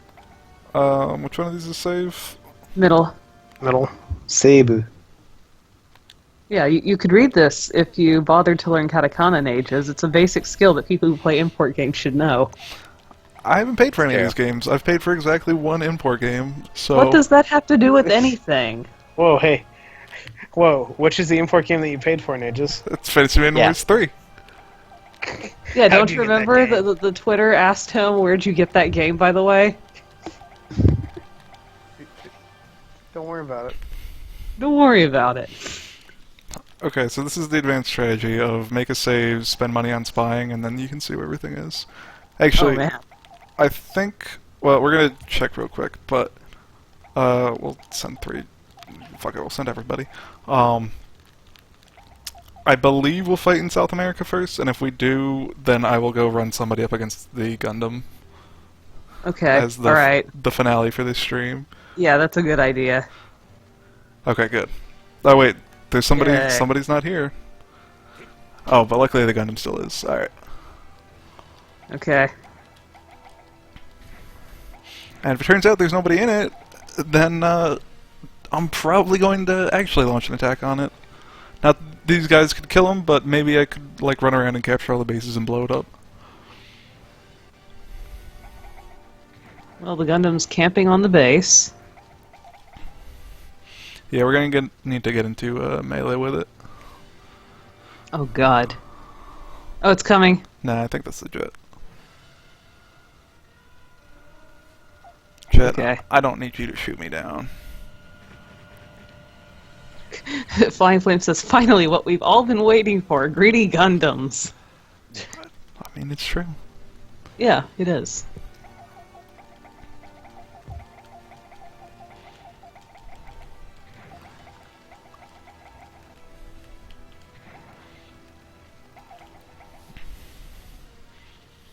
So hopefully I can cox it out right here, and then... Coax it out, you mean? Nah. I mean what I said. Ages. I mean what I said. Coxing is for balls. Yeah. Please. Yeah. And Dick. No, he's dead. I can't believe Dick Allen's Dang. fucking dead. Dude, this Gundam refuses to fight me. You're gonna end the turn, aren't you? You're gonna end this battle. I've got 2 more turns. Okay. Alright. You're gonna get on your Dodais just to get close? See, No, if I okay. just walk towards it, it'll be okay. See, if this Gundam is piloted, it will kill all of these units. But it's a fucking coward. Well, it knows that it's basically slapping its chest and yelling, "Come at me, bro." That's fair, perhaps. Let's try and I scan think that it. you can get to it without Dodaiing it. Yeah, but I want to scan it. Okay, there's somebody in it. Well, here's this guy. Matt Healy. Oh, it's a proto Gundam, so you know. So it's only half as effective on the Earth. So it will only murder all of your forces. Yeah. Yeah, like 0% chance of survival times 2. Well, no, he only does 50% of all of my health. Yeah, Times 2. times 2. Alright, let's see if he can get through all of the black tri-stars. Well, only some of the black tri-stars are here. All of the black tri-stars are here in spirit.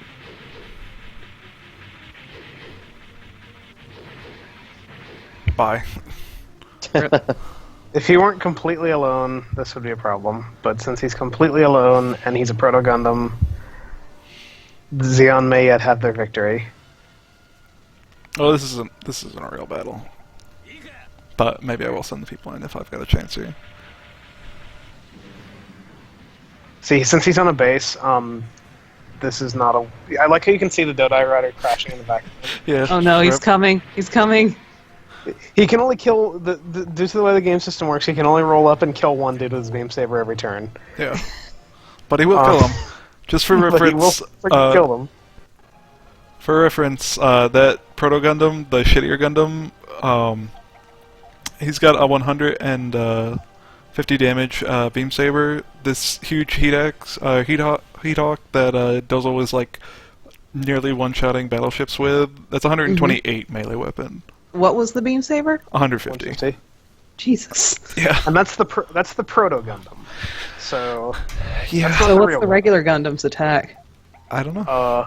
the regular Gundam, it's like the regular Gundam. It has similar weapon power, but it doesn't suffer the penalties for being on land because it's complete. And it also, the gimmick of the Gundam is you get a bunch of like equipment packs for it, which are like you can have the Hyper Bazooka or the Gundam Hammer or all the other weird gimmick crap weapons. So look at those static screens. Those are Garma and Cassilia. Okay. Cassilia, Xeon. Okay, Oh, I see. We're just skipping through this because I believe Scirocco can build the. Yeah, whatever. Don't care. Sirocco, the true hero of the Federation. Yeah. Wow, He's not even actually a Federation member. Dude, Scirocco's voice in Japanese sucks. Yeah, it does. His English voice is way better. Unbelievable. His English voice is actually pretty hot, not gonna lie. Great. Hey, Sirocco sounds great if you play Extreme Versus and you get to hear him yell a lot. Let's see, this one. There we go. Oh, so it actually Okay, has so it's got a weaker- 150 attack beam saber and 135 attack beam saber. No, it's got a 135 beam saber. I was wrong. It has a Oh. 135 beam saber. The No, Proto Beam Gundam. rifle. Yeah. The beam rifle's 150, but you see how it says Gundam A in the list? That's because you can equip it with different weapon types, which like the bazooka and Right. stuff. Okay. Which is that's the G3 Gundam, which is Death Incarnate. Yeah. It's not like hugely better than the Gundam, but you see up here where it says 175. I can actually use my mouse cursor thing because I think I didn't turn That's off limit. the thing. Yeah, that's how much your stats can basically improve the Gundam. So this is 175, and this is 190. So it's 15% really- better. You put a really good pilot in it, like say Amuro, and yeah. And just for Yeah, so reference, because the show kind of does not like respect the Gundam Mark II. This is, here's the stats for the Gundam. This game respects the Gundam Mark II because it's actually a good unit. And here are the stats for the Gundam Mark Oh II. yeah, yeah, that's But- quite a difference. Twice as much. So it's pretty But good. less limit. Less limit, but it doesn't need as much. Well, it doesn't need as much limit because it's really good. Yeah. Also, since I'm here, I can check, and the Gundam can totally just stomp through the water and come and get me if it feels like it. Oh yeah. Well, it wasn't highlighted, but yeah. If it's gray, if it's visible, like if it's gray but visible, that means it has reduced capacity in that area. Okay. So Which can means- we look at Sirocco's pilot list? Sure. Let's see. It's not terribly extensive. You've got you've got basically Sarah. the remains Jared. the remains of the Titans that were alive at this point.